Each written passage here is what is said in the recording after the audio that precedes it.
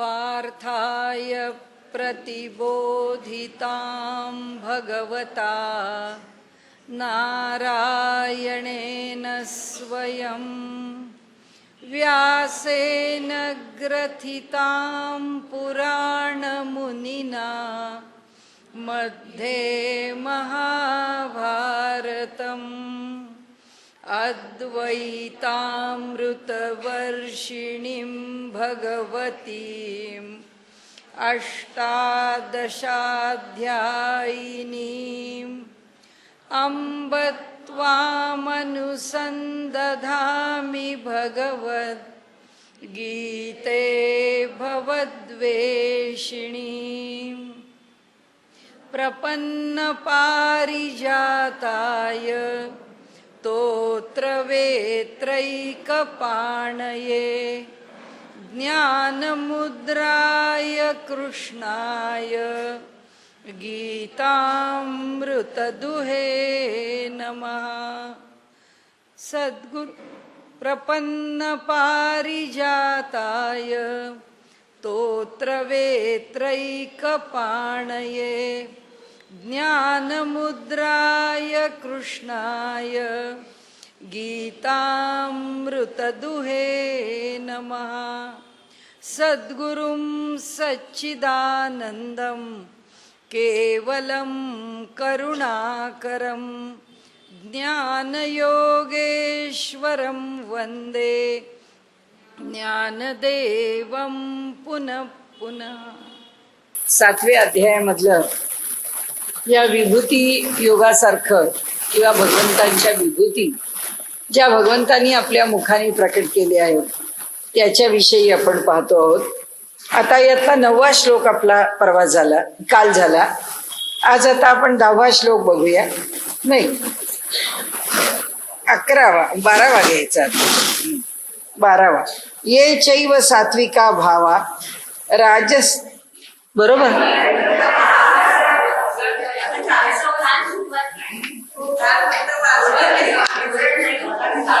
हा मग मी बरोबर वाचलं. हो म्हणूनच हे बरोबर वाचलं होतं ना. हा हा हा.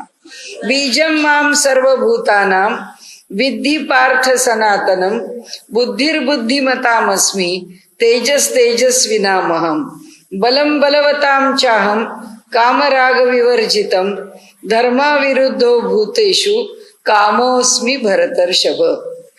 ते म्हणतात बीजं मां सर्वभूतानां विद्धि.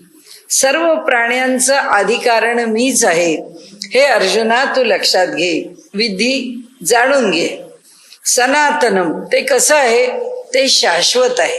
म्हणजे सर्व प्राण्यांचं अधिकारण माझं जे शाश्वत स्वरूप म्हणजे मी जो शाश्वत आहे तो सनातन मी हेच या संबंध सृष्टीचं भूतमात्रांचं आदिकारण आहे. मीच त्याचा बीज आहे. बुद्धिर्बुद्धिमतामस्मी. बुद्धिमंतांच्या ठिकाणची बुद्धी सुद्धा मीच आहे. तेजस तेजस्विनामहम. आणि जे तेजस्वी लोक आहेत त्यांच्या ठिकाणचं तेजही मीच आहे. बलम बलवताम चाहम कामराग विवर्जितम. बलवान माणसाच्या ठिकाणचं बल हे सुद्धा मीच आहे. पण ते बल कसं की जे कामराग विवर्जित आहे, ज्याच्यामध्ये कुठल्याही प्रकारची आसक्ती नाही आणि कामना नाही, अशा प्रकारचं जे बल आहे ते बल म्हणजे माझं स्वरूप आहे. धर्माविरुद्धो भूतेषु कामोस्मी भरतर्षभ.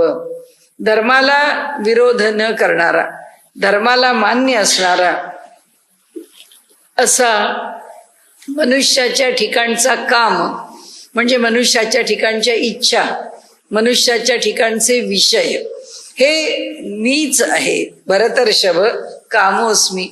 मीच ते स्वरूप आहे. म्हणजे मनुष्य वेडावाकडा वागत असेल तर आता ते माझं स्वरूप नाही असं थोडक्यात भगवंत म्हणतात. बीजम माम सर्वभूतानां विद्धि. सर्व भूत मात्र माझ्याशिवाय अन्य कोणाकडून निर्माण झालेलेच नाही. या जगामध्ये निर्माण करण्याकरता माझ्याशिवाय अन्य कोणी संभवत नाही. आणि मी कसा आहे तर मी काही कालपर्यंत निर्माण करतो आहे किंवा ह्या सृष्टीचं मूळ मी काही काळापुरता आहे असं नाही. आपण जसं म्हणतो की आताचा जी युग चालू आहेत या युगांचा उत्पत्तीला कारक असणारा जो ब्रह्मदेव तो ह्या संबंध सृष्टीचं नियमन करतो आहे. मग आता ह्या ब्रह्मदेवाची 100 वर्ष झाली की मग कोण नियमन करणारा आहे? त्यानंतरचा नियमन करणारा हनुमान आहे. हनुमान ही जी देवता आहे ती जेव्हा पुढची चतुर्युगांची जोडी येईल किंवा ब्रह्मदेवाचं या जोडीनंतरचं पुढचं नाही, जेव्हा केव्हा ब्रह्मदेवाची 100 वर्ष पुरी होतील तेव्हा, ब्रह्मदेव आता 51 वर्षाचा आहे त्यामुळे अजून पुष्कळ वर्ष आहेत, त्याच्यामध्ये अशा चतुर्युगाच्या अनेक जोड्या जायच्या आहेत, म्हणजे चौकड्या जायच्या आहेत असं म्हणू, जोड्यांपेक्षा सुद्धा. तर त्यानंतर जे सुरू होईल पुन्हा सृष्टीचा जो महाप्रलय होईल, त्या महाप्रलयानंतर पुन्हा सृष्टी जेव्हा पुन्हा तिच्या मूळ रूपात जन्माला येईल, हे जसं आता चाललंय असं पुन्हा सृष्टीचं स्वरूप जेव्हा येईल त्यावेळी या सृष्टीचं नियमन कोण करेल? तर हनुमान करेल. म्हणजे इतका दीर्घकाळाचा विचार केला तरी एकानंतर एक वेगळे आहेत. भगवंत म्हणतात तसं माझ्या बाबतीत होत नाही. अब्जावधी कोट्यावधी कोट्यावधी अब्जवर्ष गेली तरी सुद्धा केव्हाही या जगाचं मूळ जे आहे ते सनातन मूळ परमात्माच आहे. परमात्म्याशिवाय वेगळं काही नाही. आणि त्यामुळे ज्याला अनेक गोष्टी, आता सध्या रेडिओवरनं ती कादंबरी चालू आहे आणि जिच्यामध्ये आता अलीकडच्या काळामधला आणीबाणीचा हा सगळा इतिहास ज्या कादंबरीमध्ये सांगतायत त्यामध्ये त्यांनी एक चर्चेला विषय घेतला आणि त्यांनी सांगितलं की पुष्कळ कामं आमच्याकडनं घडतात. मी कोणाचं नाव नको म्हणून अगदी आदर सांगते. पुष्कळ कामं आम्ही करतो, पुष्कळ कामं आमच्याकडनं घडतात, आमचा खर्च काही कमी नाही, आम्हाला आमचं संस्थान चालवायला काही कमी पैसे लागत नाही. संस्थान चालवण्याकरता जवळजवळ रोज 3 लाख रुपये लागतात, इतका आमच्या संस्थांचा खर्च आहे. आणि आमची सगळी संस्था ही देणगीवर चालते. तर ही देणगी लोकांनी द्यायला पाहिजे तरच आमच्याकडे येणार, नाही तर कशी येणार? पण चालते आहे संस्था. आजपर्यंत आम्हाला देणगीला काही कमी पडत नाही, उदंड मिळतं आहे आम्हाला आणि आम्ही ते काम करतो आहोत असं जेव्हा त्या संस्थेची मंडळी आपल्याला सांगतात त्याच वेळी ती म्हणतात आम्ही निरीश्वरवादी आहोत, आमची ईश्वरावरती श्रद्धा नाही. आणि त्याच वेळी ते म्हणतात की माहिती नाही पण आम्हाला कधी पैशाला कमी पडत नाही, आम्ही चांगलं काम करतो आहोत, तर आमचं काम कधी आत्तापर्यंत अडलं नाही.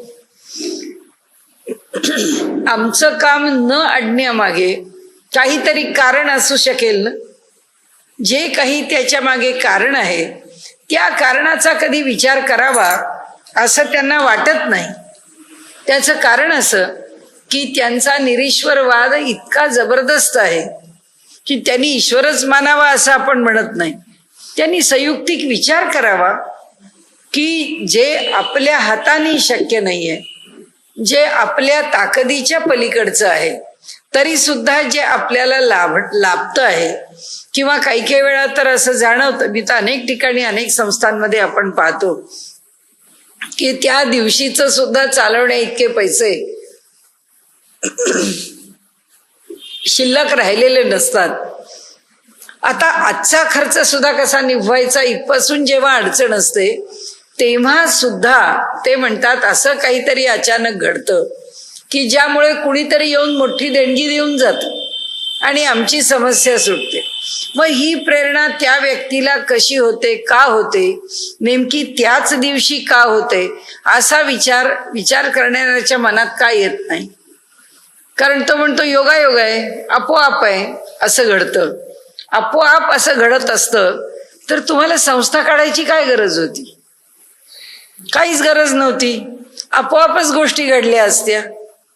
त्याला तुम्ही कार्यप्रवण होण्याचं कारण काय? आणि त्याच्यावर मनुष्य काय म्हणतो की आमचा आमच्या कर्मावर विश्वास आहे. मग कर्मावर विश्वास आहे तर कर्म आपोआपच घडेल ना. त्याच्याकरता तुम्ही परिश्रम का घेता? त्याच्याकरता आम्ही परिश्रम घेतले आहेत आणि या परिश्रमाने आमची संस्था उभी केली आहे. संस्था उभी करताना आमचे परिश्रम आहेत. आणि जेव्हा केव्हा एवढे पैसे येतात, जेव्हा केव्हा अशी अचानक मदत प्राप्त होते, तेव्हा माणसं म्हणतात की हे आपोआप आहे, योगायोग आहे, असं योगायोगाने घडतं. आज आमच्याकडे नेमकं नाही आहे, पण त्या दिवशी नेमकं येऊन पोचलंय, असं नसतं.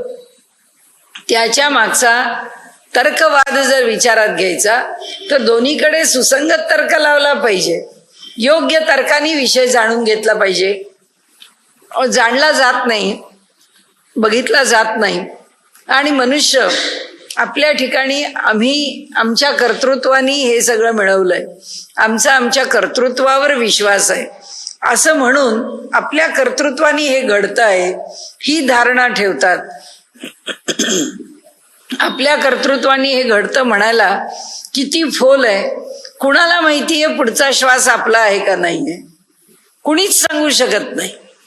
अगदी जन्मलेल्या बालकापासून ते अगदी वृद्ध मनुष्यापर्यंत कुणीही सांगू शकत नाही की पुढचा श्वास मनुष्याला मिळणार आहे का नाहीये. तो समजतोच की हे मला मिळतं आहे, त्या अर्थी ठीक आहे, काहीतरी कृपा आहे, काहीतरी चाललं आहे म्हणून तो श्वास, कुणीतरी त्याच्या मागे आहे.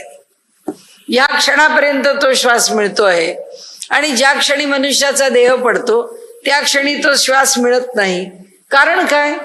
आत्ता मागचा श्वास मिळत होता, पुढचा श्वास का मिळत नाही? त्याचं कारण काय? त्याचं कारण मनुष्य देत नाही, त्याच्या कारणाचा विचार करत नाही. परंतु सगळं सोयीस्कर शास्त्र असतं, सगळा सोयीस्कर तर्क असतो. भगवंत त्यामुळे अर्जुनाला इथे सांगतायत, म्हणाले अर्जुना एक गोष्ट लक्षात घे की ह्या संबंध विश्वाच्या मागे असणारं जे शाश्वत तत्व आहे ते मी आहे. माझ्याशिवाय अन्य शाश्वत काही नाही. तुझ्या देहात नाही, तुझ्या श्वासात नाही, तुझ्या त्या पंचभौतिक इंद्रियांमध्ये नाही, त्यातून निर्माण होणाऱ्या मनबुद्धींमध्ये नाही, तुझ्या संकल्पात विकल्पात नाही.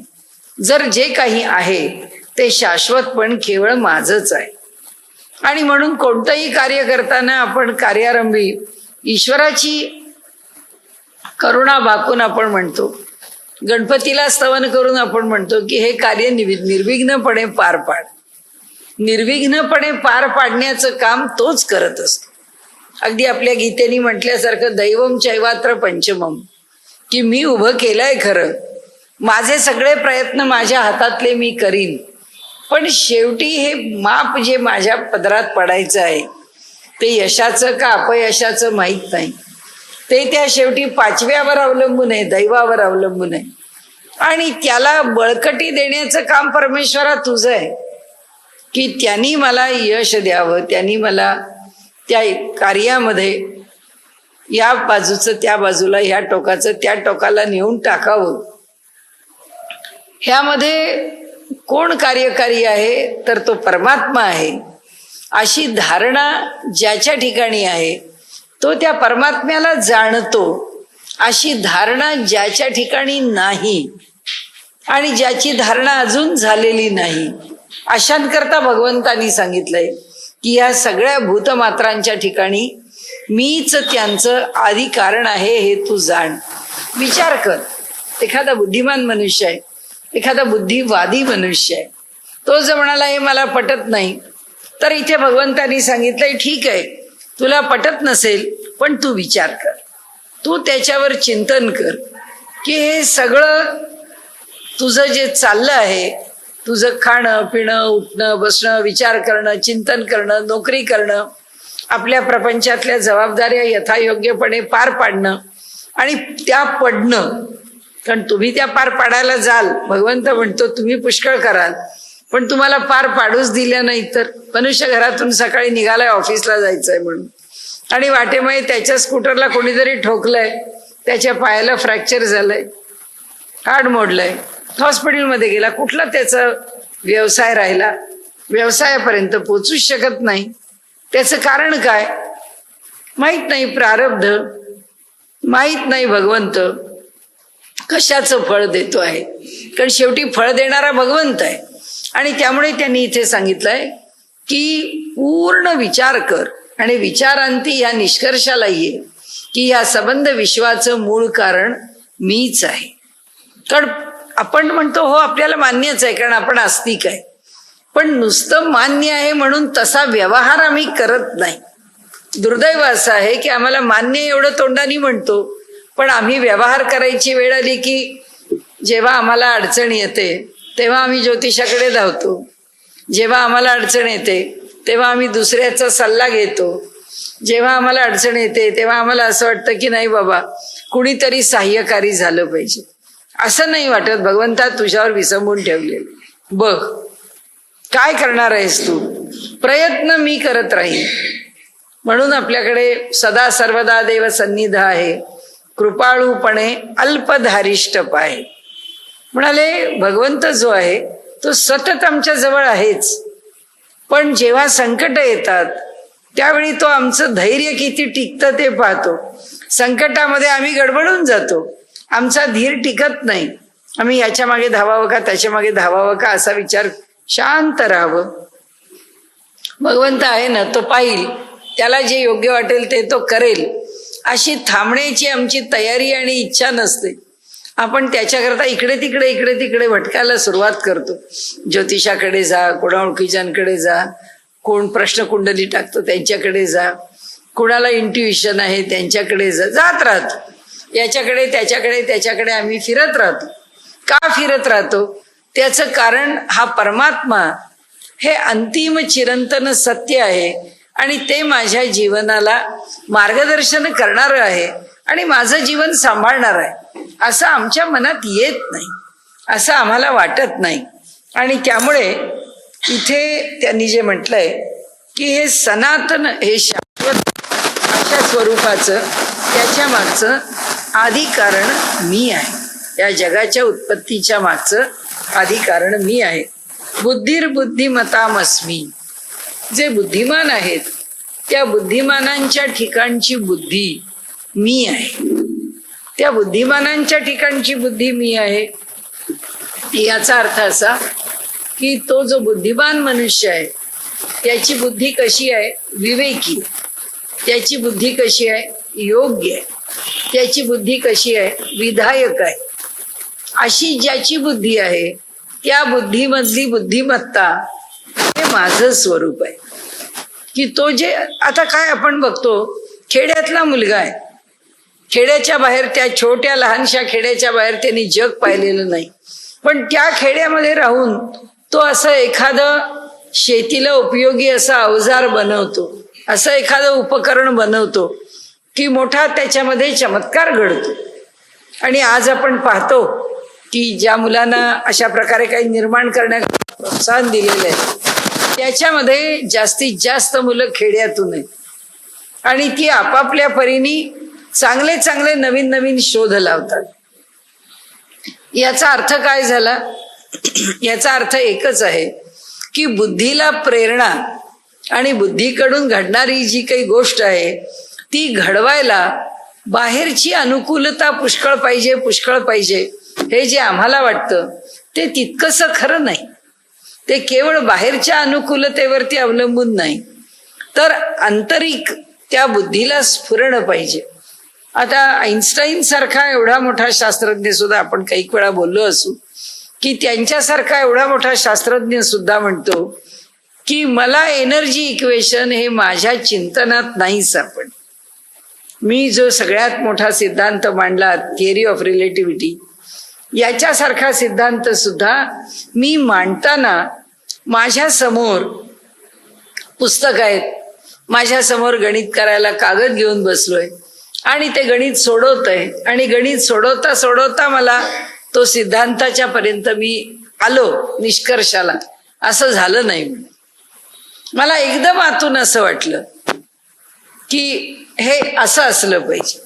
मग मी ते लिहिलं, E = 1/2 mc² किंवा mv².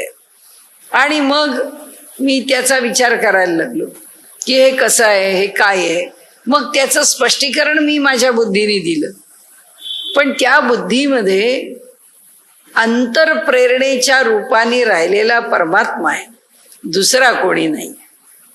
आणि म्हणून कुठेही रंगमंच असो, कोणतीही कला असो, कोणताही अभ्यास असो, त्याच्या मागे त्या देवतेला प्रार्थना करण्याचं कारण काय आहे? कारण एकच आहे की आमच्या बुद्धीला प्रेरणा देणारा तू आहेस. त्यामुळे आता अभ्यास करायचा जरी असला तरी अभ्यास करण्याकरता बुद्धी योग्य प्रकारे चालावी याकरता प्रेरणा कोण देणार? तोच देणार आहे. एखादं संशोधन आहे, त्याकरता प्रेरणा कोण देणार आहे? तोच देणार आहे. त्याच्याशिवाय प्रेरणादायी दुसरं कोणी नाही. त्याच्याशिवाय आमची बुद्धी पुढे जाऊ शकत नाही. आता हे सगळं त्यांनी इथे का सांगितलं? दोन गोष्टींकरता सांगितलं. एक तर प्रकृती ही मी माझ्यापासून निर्माण केलेली आहे आणि ती कार्यकारी आहे आणि ती कार्य करून हे जग नामरूपात्मक निर्माण करते. ही एक बाजू. ती प्रकृती अस्वतंत्र आहे, माझ्याच ठिकाणी आहे. त्या प्रकृतीला मीच निर्माण केली आहे आणि म्हणून हे सगळं जे जग आहे ते प्रकृतीच्या माध्यमातून मी निर्माण केलंय. ही भूमिका आता त्यांना समजावून सांगायची. आता सांगतायत काय? ते म्हणतायत तुम्हाला जर निवृत्तीपर तत्वज्ञान समजून घ्यायचं आहे तर त्याच्या आधी तुम्हाला प्रवृत्तीपर तत्वज्ञान समजून घेतलं पाहिजे. हे आता त्यांनी सुरुवातीला सांगितलं. आपल्याला सांगितलं प्रवृत्ती आणि निवृत्ती या दोन्ही गोष्टी तुला समजूनच घेतल्या पाहिजे. आणि म्हणून मग प्रवृत्तीपर तत्वज्ञान काय आहे ते तुला सांगतो आणि मग तुला निवृत्तीपर तत्वज्ञान सांगतो. प्रवृत्तीपर तत्वज्ञान का? कारण प्रवृत्तीमध्ये सगळा प्रकृतीचा पसार आहे.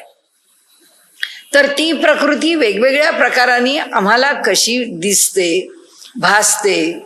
कारण आता आम्हाला जी दिसते, भासते ती कशी आहे? ती मोहात्मक आहे.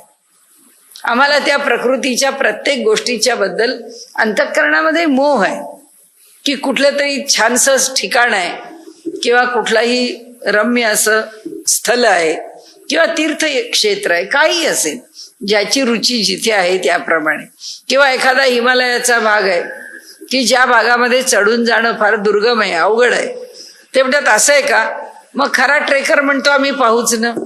चला, त्या गिर्यारोहकाला असं वाटतं की आपण जावं आणि त्याला सुद्धा शब्द काय वापरतो मनुष्य त्याच्या अहंकारातून, आम्ही ते शिखर किंवा तो कडा किंवा तो डोंगर किंवा तो पर्वत आम्ही तो त्या ठिकाणी जिंकला किंवा आम्ही त्या पर्वतावरती जाऊन पोचलो आणि आम्ही तो काबीज केला, आम्ही त्या ठिकाणी जाऊन सर केला.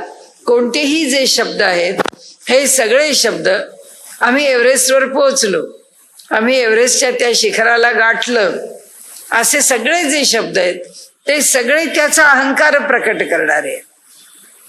आणि म्हणून त्यांनी इथे म्हटलंय की ही जी बुद्धी आहे, जी बुद्धी ते कार्य करण्याकरता मनुष्याला कार्यकारी करते, ती बुद्धी जोपर्यंत मी करते हे सगळं फार लांबचं झालं, हे सगळं आपल्यापुरतं झालं किंवा आपल्या मनाला जे वाटतं त्या मनाचे जे खेळ आहेत समजा आपण त्याच्यामध्ये झालं म्हणून. पण सामान्य मनुष्यापेक्षा द्रौपदी नक्कीच वरती होती. तरी सुद्धा द्रौपदीनी जेव्हा तिच्यावरती वस्त्रहरणाचा प्रसंग आला त्यावेळी तिने त्याला जी हाक मारली ती त्याला केशवा, मुकुंदा, भगवंता, खरं म्हणजे त्याला न आवडलेली हाक म्हणजे द्वारकाधीश. द्वारकाधीश भगवंता, तू माझ्या संकटामध्ये माझ्याकरता धावून ये, अशी ती हाक मारते. भगवंत म्हणतो मी द्वारकेत नव्हतोच, आता तू द्वारकेत जायला सांगितलं तर आधी मला द्वारकेत जावं लागेल, कारण द्वारकाधीश म्हणून बोलावलंयस. तिला असं वाटतं की भगवंताला मी बोलावलं, मी भगवंताला हाक मारली, तरी सुद्धा या इतक्या माझ्या जीवनातल्या बिकट प्रसंगामध्ये भगवंत येत कसा नाही. आणि म्हणून ती खरं म्हणजे हंबरडा फोडत होती, ती खरं म्हणजे जोरात ओरडत होती आक्रोश करत होती असे शब्द म्हटलं तरी, कारण त्यांनी वापरलेला शब्द चुक्रोश असा आहे की ती जी ओरडते, आता तिला जेव्हा असं वाटतं की हा दुर्योधन आपल्या वस्त्राला हात घालणार, त्यावेळी ती ओरडते गोविंदा, आणि भगवंतानी ताबडतोब तो अंबरावतार धारण केलेला आहे आणि तिला तिला कळत पण नाही की आपल्या शरीरावरच्या वस्त्रावर वस्त्र येत आहेत, हे कळेपर्यंत सुद्धा काही काळ निघून गेला. आणि नंतर जेव्हा शिळोप्याच्या गप्पा म्हणतो तसं, जेव्हा द्रौपदी कृष्णाला नंतर विचारते, भगवंता तुला इतक्या हाका मारल्या पण तू आला नाहीस, जर दुर्योधनाने या दुःशासनामार्फत माझी जर फजिती केली असती तर, भगवंत म्हणाला तुझी फजिती तर मी होऊ देणार नाही, हा विषय वेगळा, पण तू मला काय हाक मारलीस, द्वारकाधीश. भक्ताच्या मनामध्ये द्वारकेचा राजा जर यायला पाहिजे असेल तर भूमिका वेगळी आहे.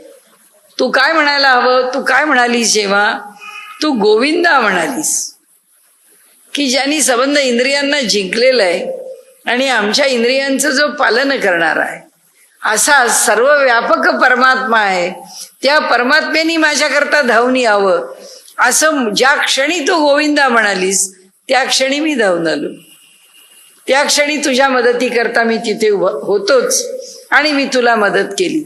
म्हणजे इथे भगवंत म्हणतात की मनुष्य आपल्या बुद्धीने तरकट लढवतो आणि तो काय साधतो त्यामधून. आता हे पारितोषिक परत करायची, घेतलेले सन्मान परत करायचे, त्यातले म्हणतात काही लोकांनी पैसे परत केले, काही लोकांनी नुसतीच सन्मानपत्र परत केली, की त्याचे पैसे, त्याचा घेतलेला त्या सन्मानाचा, ती कीर्ती, आतापर्यंत मिळवलेला त्याच्यामुळे मान, लोकांच्या मध्ये असणारी पत, त्या सगळ्याचं काय. आणि जेव्हा तुम्हाला एखादा सन्मान मिळतो तेव्हा त्या सन्मानाकरता सरकारकडे अर्ज भरून द्यावे लागतात. म्हणजे तुम्ही त्या सरकाराला अर्ज भरून दिलेला आहे की आम्हाला हा सन्मान, समजा पद्मश्री पाहिजे, पद्मभूषण पाहिजे, पद्मविभूषण पाहिजे, त्या व्यक्तीनी नाही पण त्या व्यक्तीकरता कुणीतरी त्याची सगळी माहिती, ते सगळं ज्याला आपण फॉर्म भरणं म्हणतो तसा ते सगळंच्या सगळं त्याचं माहिती पत्रक भरून द्यावं. म्हणजे तुम्ही तुमच्याकडनं दिलेलं आहे, तुम्ही तुमच्याकडून मला हा पुरस्कार पाहिजे आहे, याला प्रत्यक्ष किंवा अप्रत्यक्ष, डायरेक्टली किंवा इनडायरेक्टली संमती दिलेलीच आहे. आणि मग तुम्हाला संमत होऊन पुरस्कार स्वीकारल्यावर आता तुम्ही पुरस्कार काय म्हणून तो परत करणार. आता ही जी बुद्धी आहे, हे मध्ये पुष्कळ पेव फुटलं आणि त्याला जेव्हा बरोबर उत्तरं मिळाली गप्प बसले सगळे, आता कोणी त्याच्यावरती बोलत नाहीये. म्हणजे ही जी बुद्धी आहे, भगवंत म्हणतो ही यांच्याकडे जी विध्वंसक बुद्धी आहे, बुद्धी भेद करणारी बुद्धी आहे किंवा दुसऱ्याला संभ्रमात टाकणारी बुद्धी आहे, ती मी नाही. बुद्धिमंत मनुष्याच्या ठिकाणची जी सात्विक बुद्धी आहे तीच मी आहे. मग ही बुद्धी कोणाची आहे, ही बुद्धी ज्याची त्याची आहे, ती तशी का आहे, त्याचे पूर्वसंस्कार, त्याच्या पूर्वसंस्कारावरच तो चालतो का, नाही. या जन्मीचे त्याचे स्वार्थ, त्याच्या इच्छा, त्याच्या आकांक्षा, त्याच्या अपेक्षा, या सगळ्यांच्या करता तो व्यवहार करत राहतो आणि आपापल्या परीने तो त्याला जे वाटतं, म्हणजे जो मार्ग त्याला योग्य आहे असं वाटतं त्या मार्गाने तो ते मिळवण्याचा प्रयत्न करतो. आता भगवंत म्हणतो हा जो मार्ग योग्य नाही, हा जो मार्ग सात्विक नाही, हा जो मार्ग सरळ नाही, तर त्या बुद्धीच्या मागे मी नाही. पण जी बुद्धी श्रेष्ठ आहे, जी बुद्धी सात्विक आहे, जी बुद्धी हितकारक आहे, जी बुद्धी श्रेयस्कर आहे, ती बुद्धी मी आहे. त्यामुळे एक गोष्ट लक्षात अगदी पक्की ठेवावी लागेल. जसं दुर्योधनाने विचारलं की मला वाईट प्रवृत्ती काय आहे ती कळते, चांगली प्रवृत्ती काय आहे ती मला माहिती आहे, समजतं मला, पण मी तसा व्यवहार करू शकत नाही. म्हणजे मी काय चांगलं आहे हे मला कळत असलं, काय वाईट आहे हे मला कळत असलं, तरी सुद्धा वाईटाचा त्याग करावा आणि चांगल्याचा अवलंब करावा अशी बुद्धी मला होत नाही. म्हणजे मी प्रवृत्ती पण जाणतो, पण मी त्याची निवृत्ती करू शकत नाही. का करू शकत नाही? कारण माझी बुद्धी ही त्याच्यामध्ये गुंतलेली आहे. कशात गुंतली आहे? स्वार्थात गुंतली आहे. माझ्या बुद्धीच्या ठिकाणी संकोच आहे. म्हणजे ज्याला हल्ली आपण कूपमंडूक वृत्ती म्हणतो ना, किंवा आत्मकेंद्रित वृत्ती म्हणतो, तशी माझी वृत्ती आहे. त्यामुळे माझी बुद्धी अशीच आहे. माझी बुद्धी मला हेच उत्तर देते. माझी बुद्धी मला हेच करायला भाग पाडते. तो म्हणतो मला चांगलं काय कळत नाही असं नाही. तोही शहाणा आहे, तोही हुशार आहे, तोही पराक्रमी आहे, तोही शूर आहे, तोही राजकारण धुरंधर आहे. पण त्याला ते होत का नाही, जमत का नाही? कारण ती बुद्धी त्याच्या पूर्वसंस्कारांना वश आहे.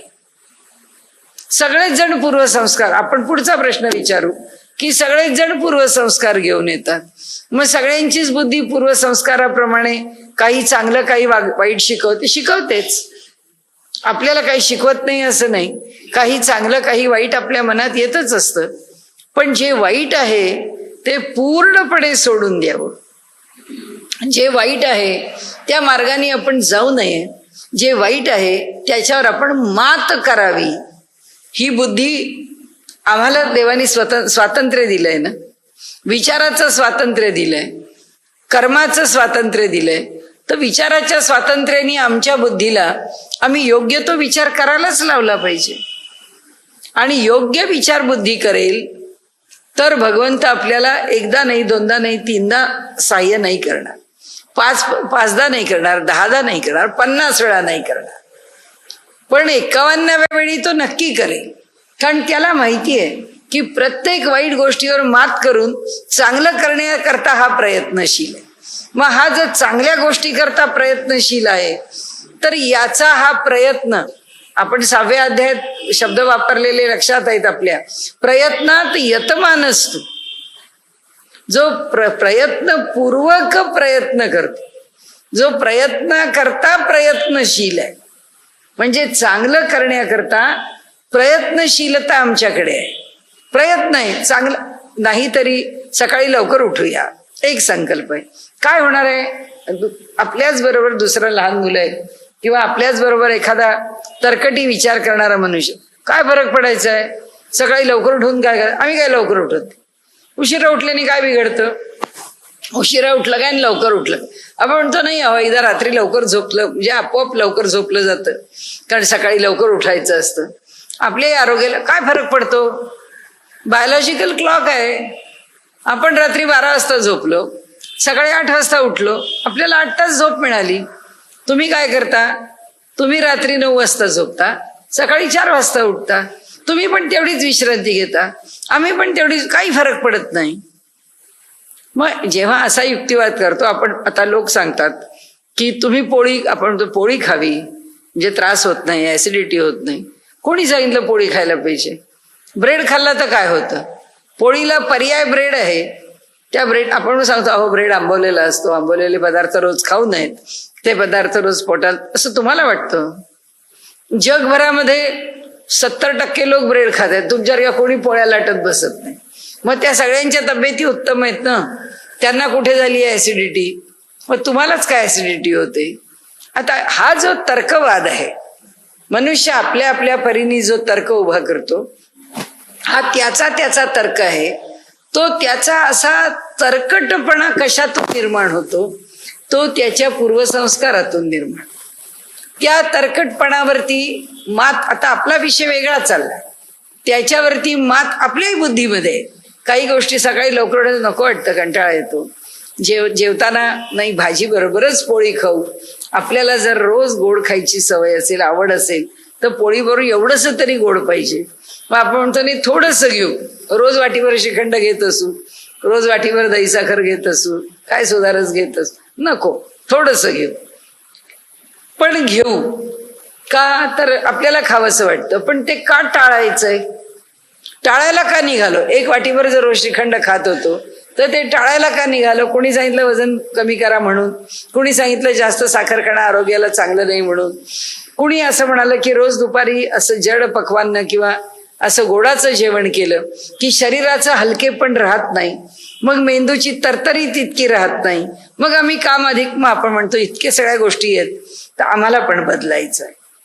ज्याला बदलायचं आहे तो म्हणतो माझी ही गोष्ट बदलली पाहिजे, त्याच्याकरता तो प्रयत्नात यतमान असतो.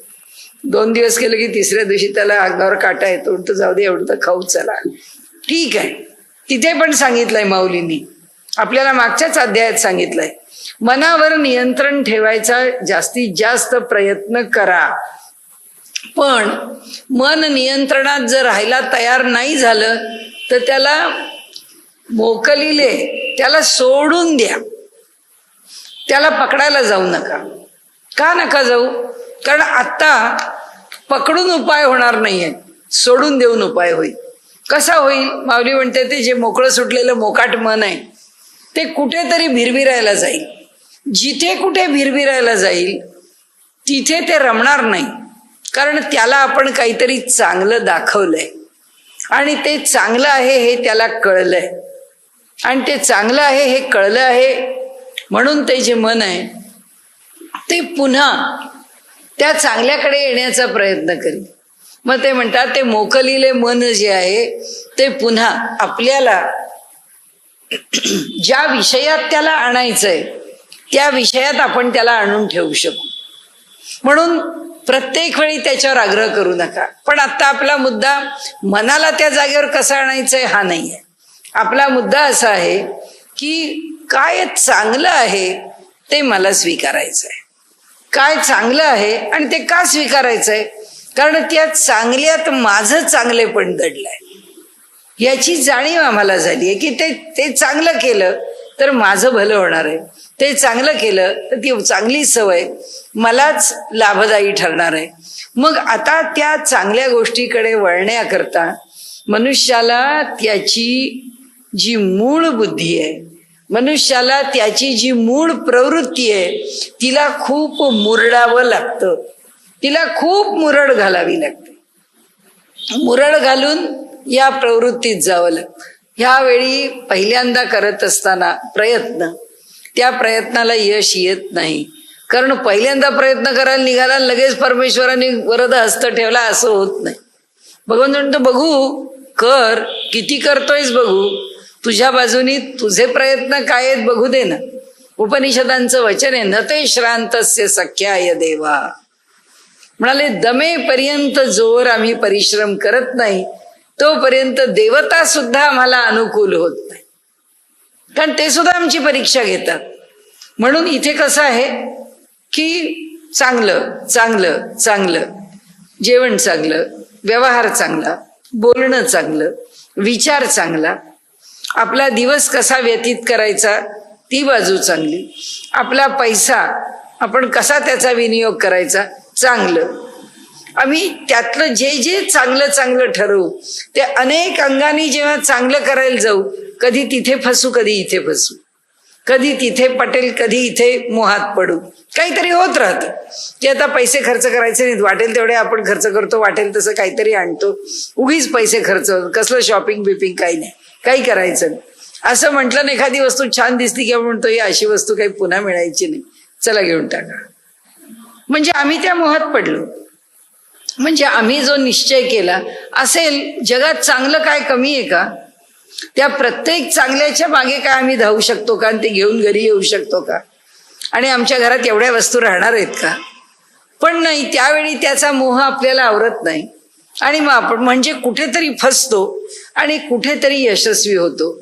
जेव्हा फसतो तेव्हा आपण नक्की समजावं की आता आपल्यावर नक्की ईश्वराची कृपा नाहीये. कारण का तर आपल्या मनाला आपण तितके नियंत्रणात आणू शकत नाही.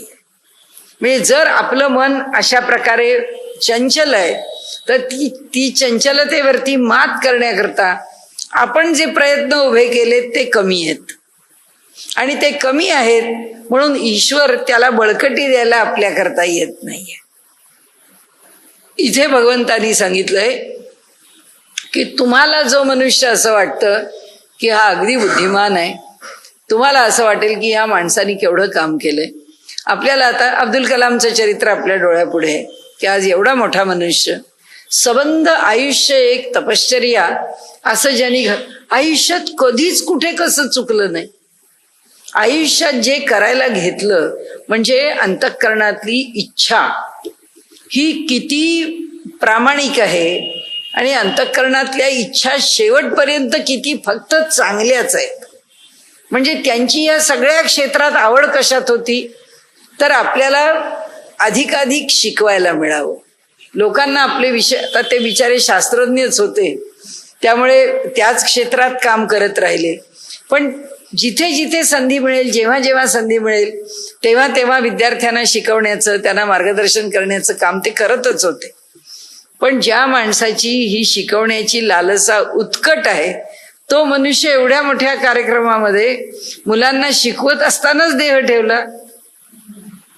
त्यांना त्यांची इच्छा जी आहे ईश्वर अनुकूल झाला ना. एवढंच कशाला, ते विठ्ठलराव उमप ज्यांची श्रद्धा आंबेडकरांच्यावरती आहे, सगळं आयुष्य आंबेडकरी श्रद्धेमध्ये त्यांनी घालवलं आणि शेवटी आंबेडकरांचाच मोठा कार्यक्रम, त्या कार्यक्रमात त्यांना गायला बोलावलेलं असताना आंबेडकरांना नमस्कार केला स्टेजवरून, तिथंच कोसळली. श्रद्धा बुद्धी अत्यंत प्रामाणिकपणाने जेव्हा एखाद्या विषयाला अनुसरते तेव्हा भगवंत म्हणतात की ती जी बुद्धी निर्णय देते, ती जी बुद्धी निष्कर्ष काढते किंवा ती ज्या आम्हाला मतापर्यंत नेऊन पोचवते आणि ते योग्य ठेवणं, ते तसं राखणं किंवा त्याच्या अंतःकरणातला तो भाव जिता जागता ठेवणं, एक वेळ, दोन वेळ, चार वेळ, 10 वेळ नाही, सबंध आयुष्यभर त्यांच्या अंतःकरणातला जो विषय असतो तो इकडचा इकडे हलत नाही. आणि म्हणून आपल्याला त्याचे परिणाम दिसतात. फक्त आपण म्हणतो या माणसाचा मृत्यू काय चांगला आला हो, त्या माणसाला एवढं आंबेडकरांचं प्रेम होतं, आंबेडकरांच्या चरणावरती त्यांना मृत्यू आला म्हणजे केवढी गोष्ट आहे. आणि वैभवानी आला, 4 लोकांसमोर आला, एक चांगल्या पद्धतीने आला, एक चांगल्या समारंभात आला, चांगली गोष्ट आहे. म्हणजे हे कसं घडलं? भगवंत म्हणतो बुद्धिमान मनुष्याच्या बुद्धीमधलं जे बुद्धीचं स्वरूप आहे किंवा जे ज्ञानाचं स्वरूप आहे किंवा जे शहाणपणाचं स्वरूप आहे किंवा त्यातली जी उत्तम वृत्ती आहे ती वृत्ती मी आहे.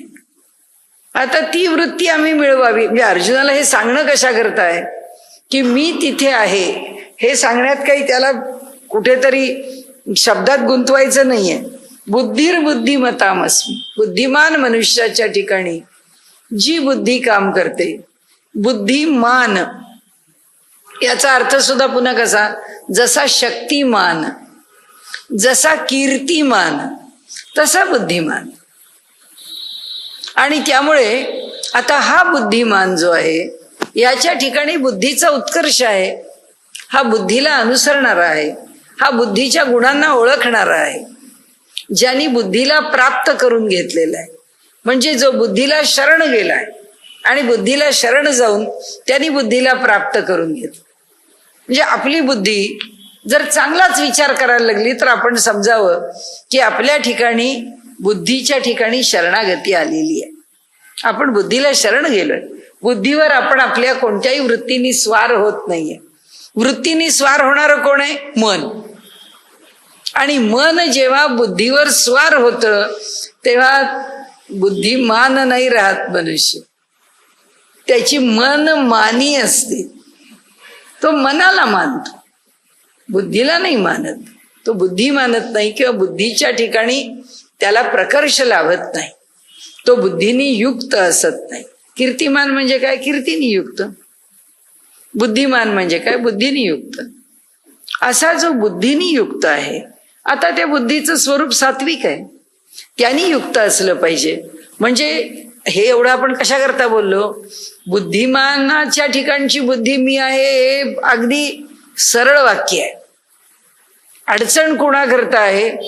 जो मनुष्य जे बोलतो तो म्हणतो अहो तुम्हाला वाटतं मी विरुद्ध बोलतो, पण ही प्रेरणा सुद्धा मला ईश्वरच देतो ना.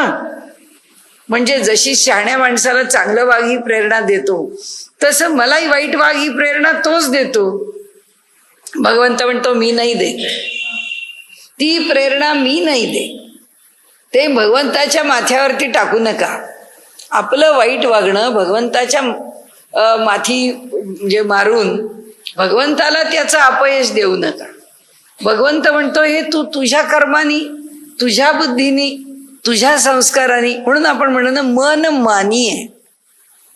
तिथे मनामधले जे संकल्प विकल्प आहेत ते मानून, त्याला प्रबलपणाने मानून ते कशावर स्वार करतो आपण? बुद्धीवर. मग आता ती बुद्धी काय करणार?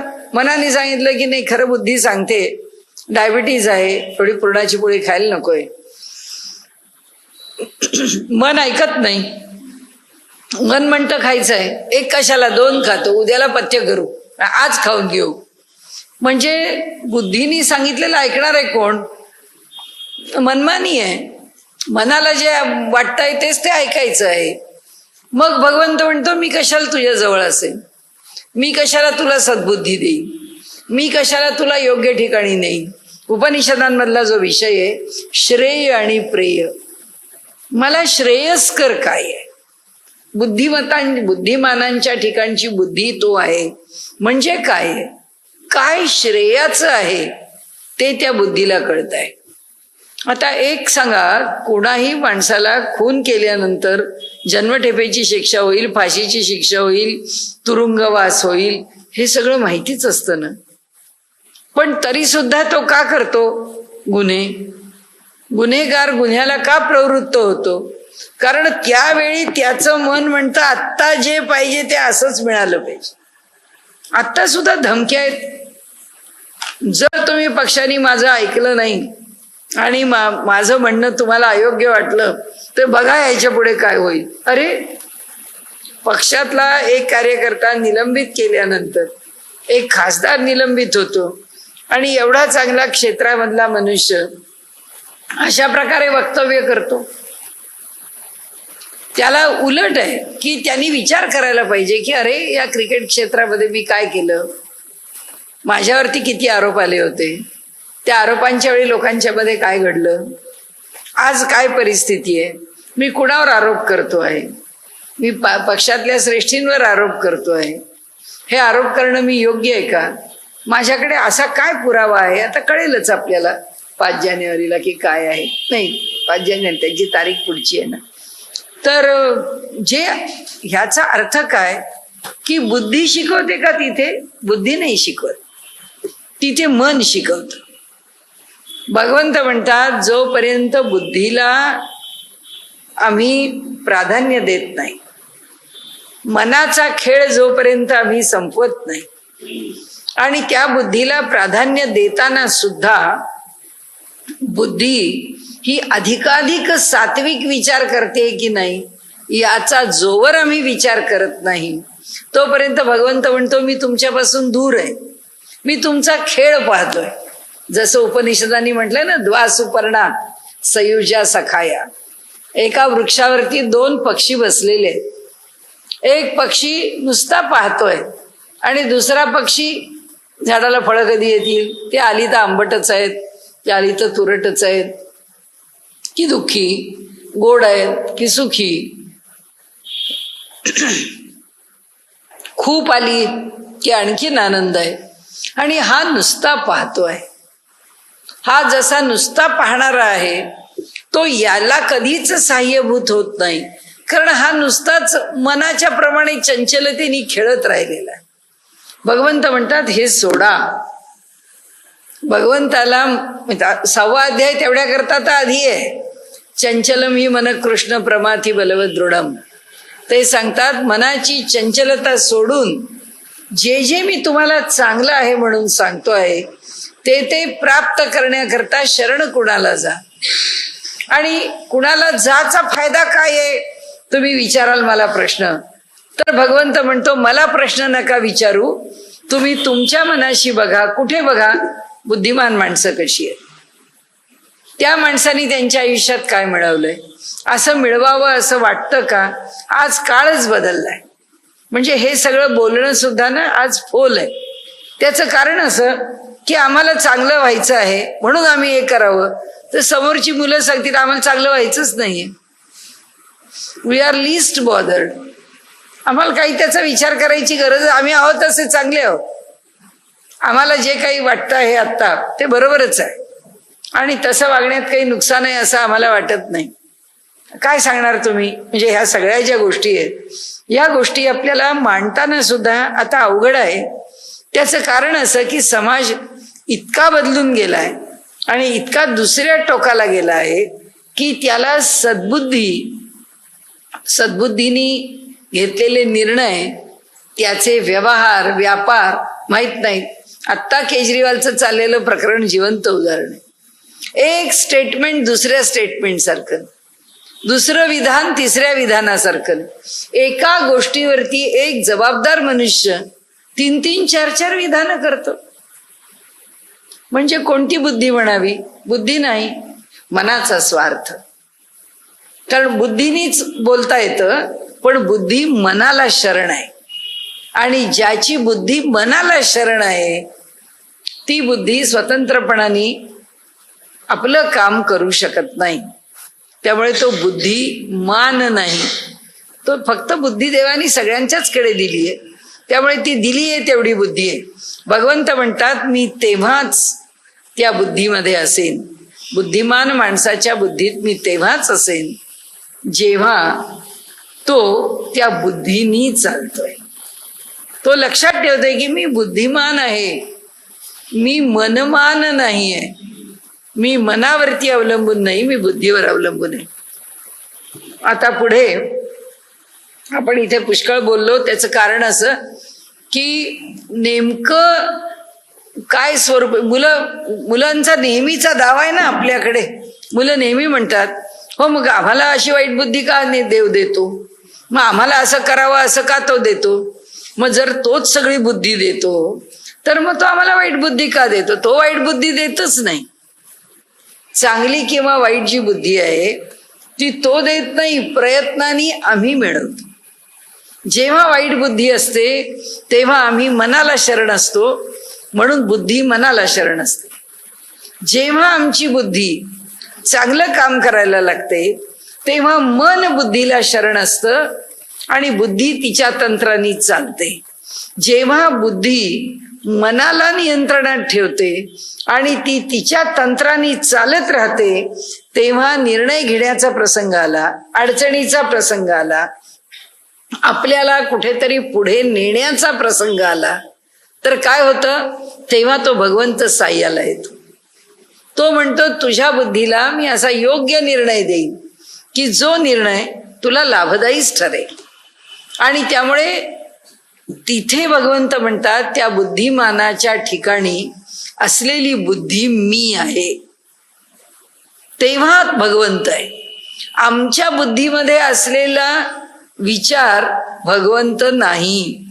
आमच्या बुद्धीमधला विचार आमचं कर्तृत्व आहे, तो नाही आहे. त्याला दोष द्यायचं कारण नाहीये. म्हणजे जगामध्ये प्रत्येकाने उठून मग अतिरेकी झाले एवढे आणि ते असे लोकांना मारतायत, मग त्यांना तरी काय देव बुद्धी त्यांनाही तशीच देतो ना. आणि असंच काहीतरी घडायचं असेल म्हणून देव त्यांना अशी बुद्धी देत असेल. अरे देव असा गवाळा नाहीच आहे आणि देव असा कशाच्याही मागे उभा नाहीच आहे. आणि म्हणून आपल्याकडे असं म्हटलंय की ईश्वराचं जे मूलभूत स्वरूप आहे, स्वाभाविक स्वरूप आहे, त्याचं जे खरं खरं स्वरूप आहे ते स्वरूप आम्हाला तर्काने कधीही कळू शकत नाही. हे असं जेव्हा आम्ही म्हणतो ना की तोच बुद्धी देणार आहे, मग त्यांनी वाईट बुद्धी दिली आता काय करणार. आता एखाद्या ठिकाणी काहीतरी माणसाच्या हातनं चुकलं, घरात चोरी झाली, काही नुकसान झालं की आपण अहो तसंच असतं, आपलं नुकसान व्हायची वेळ आली ना की आपल्याला तशीच बुद्धी होते. अरे बुद्धी तशीच कशी होते? त्या बुद्धीला बुद्धी होत नाही, मन काहीतरी म्हणतं. आणि जेव्हा मन म्हणतं आणि त्यावेळी बुद्धीला काही करता येत नाही तेव्हा चुकलेला मनाचा निर्णय आम्हाला नुकसान पोचवतो. भगवंत म्हणतो जो बुद्धीला मानून राहतो, जो बुद्धीनी चालतो, जो बुद्धीला प्रधानता देतो, त्याच्या बुद्धीचं जे स्वरूप आहे, म्हणजे विद्वान बुद्धिमान हा विषय तर सोडूनच द्या, विद्वत्ता हा विषय पण सोडा, पण तो का नाही घेतला? कारण विद्वान आहे, तर्कट आहे, मग त्याची बुद्धी भगवंत आहे का? नाही.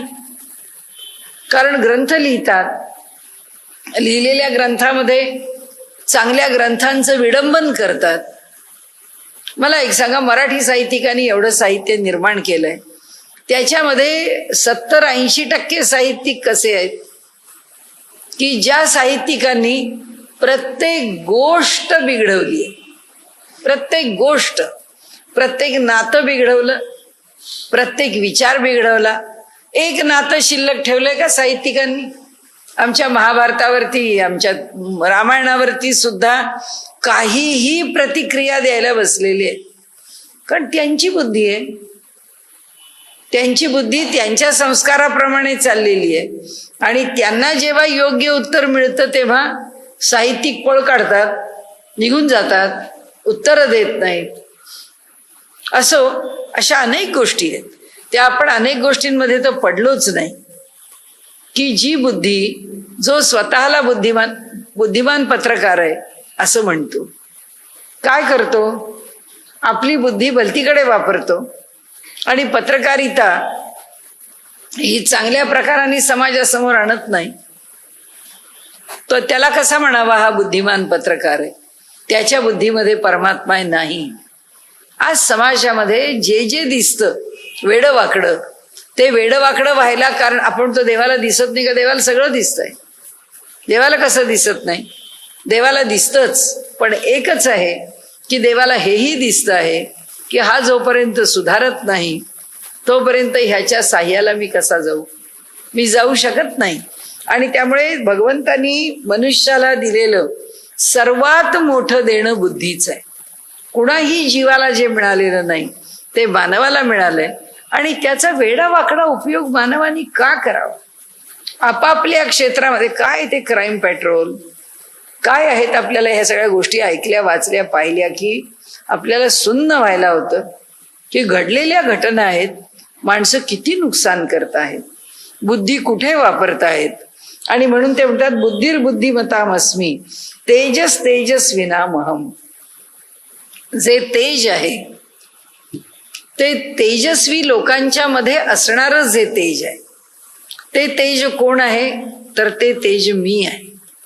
भगवंत म्हणतो की दुसऱ्याचा फट सुद्धा जो मनुष्य ऐकून घेत, आणि नाही तर आपल्याला मंत्रीपद पाहिजे, आपल्याला झेडपीचा अध्यक्ष पाहिजे, नाही तर कुठे काहीतरी नगर परिषदेवरती सभासद पाहिजे, की हा चालला सगळ्यांच्या पुढे. आता आपल्याला तर माहीतच आहे की कोणत्या तरी स्वार्थाकरता पंतप्रधानांना उतरण्याकरता आपली पाठ द्यावी, याच्यापेक्षा काय?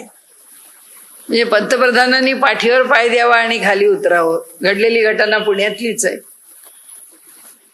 म्हणजे अशा प्रकारे लाचारी ज्यांच्याकडे येते, असे लाचार भगवंताला मान्य नाही. भगवंत म्हणतात तेजस्वी राहा. तेजस्वी म्हणजे उद्धट नाही, तेजस्वी म्हणजे अहंकारी नाही, पण तेजस्वी म्हणजे आपल्या आपल्या गुणांनी, आपल्या ठिकाणी, आपल्या व्यक्तिमत्वामध्ये एक प्रकारचं तेज, म्हणजे एक प्रकारचं असं सामर्थ्य प्रकट होतं की ज्याचा धाक वाटे. अलीकडच्या काळामध्ये माझे सद्गुरू एक फार चांगला शब्द वापरत असत. ते म्हणाले, आमच्या वेळेपर्यंत एक गोष्ट होती की पुण्यामध्ये धाक वाटावा असे विद्वान पुष्कळ होते. आता दुर्दैव असं आहे की पुण्यातल्या विद्वानांचा धाक वाटावा असा एखादा सुद्धा विद्वान नाही. की आपल्याला कुठलाही स्वार्थ नाही, कोणत्याही स्वार्थाकरता तो लिखाण करत नाही, कोणत्याही स्वार्थाकरता तो आपला व्यवहार व्यापार करत नाही, कोणत्याही क्षेत्रातला असो. असा मनुष्य आता आपल्याला भेटेल का? आणि कधी भेटेल? असं म्हणायचं तर भगवंत म्हणतो की असा जेव्हा मनुष्य या प्रकारचं जीवन जगायला तयार होतो, त्याच्याकरता त्याच्यामध्ये असणारं तेज मी आहे, त्याला तेज देणारा मी आहे. अन्य कोणी त्याला तेजस्वी बनवण्याचं कारण नाहीये. कारण का तर अन्य माझ्याशिवाय कोणी दुसरा नाहीच आहे. कारण तेजस्वी माणसाला तेजस्विता कुणी दिली? कुणी कुणी म्हणतात जातीयवादानी, की एकेकाळी ब्राह्मण स्वतःला श्रेष्ठ समजत होता आणि जातीयवादी पातळीवरती तो आपलं तेज प्रकट करत होता, त्याचा मोठेपणा प्रकट होत होता. आता काळ बदलला, आता समाज बदलला. दुसऱ्या समाजामध्ये जेव्हा त्यांचा उठाव, त्यांचं सामर्थ्य, त्यांचं संघटन वाढलं, तेव्हा लोक म्हणतात आता त्यांनी आपलं प्रकट करायला सुरुवात केली सामर्थ्य. ती माणसं कशी वागतात? आता त्या माणसांचा लोकांना उभं घ्यायला लागला. आता दुसरी माणसं पुढे येतील. असं आहे की चूक तेजात नाहीये, चूक त्या चांगुलपणात किंवा त्या कणखर भूमिकेत नाहीये, त्या करारीपणात नाहीये. चूक कशात आहे? विचारात आहे, व्यवहारात आहे, त्याच्या दृष्टिकोनात आहे. आणि म्हणून ते म्हणतात की त्यांचं जे तेज आहे ते तेज सुद्धा मी आहे.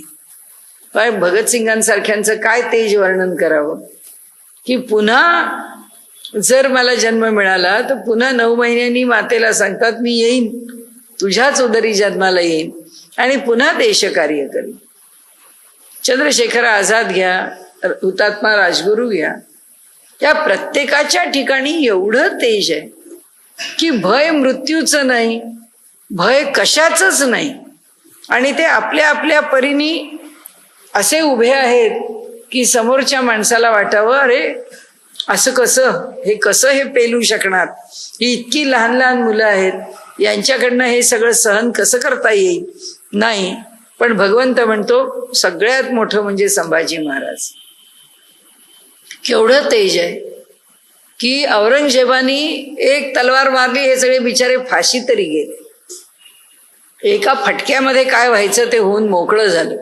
पण संभाजी महाराजांना रोज मारत होते. आज एक हात तोडून टाकला, तसे विवळत 24 तास, उद्या दुसरा हात तोडून टाकला, परवा पाय तोडून टाकले आणि सगळे अवयव इकडे तिकडे इकडे तिकडे फेकले. डोळे काढले संभाजी महाराजांचे, तरी जिवंत होते. काय सहन करावं, किती सहन करावं, कसं सहन करावं.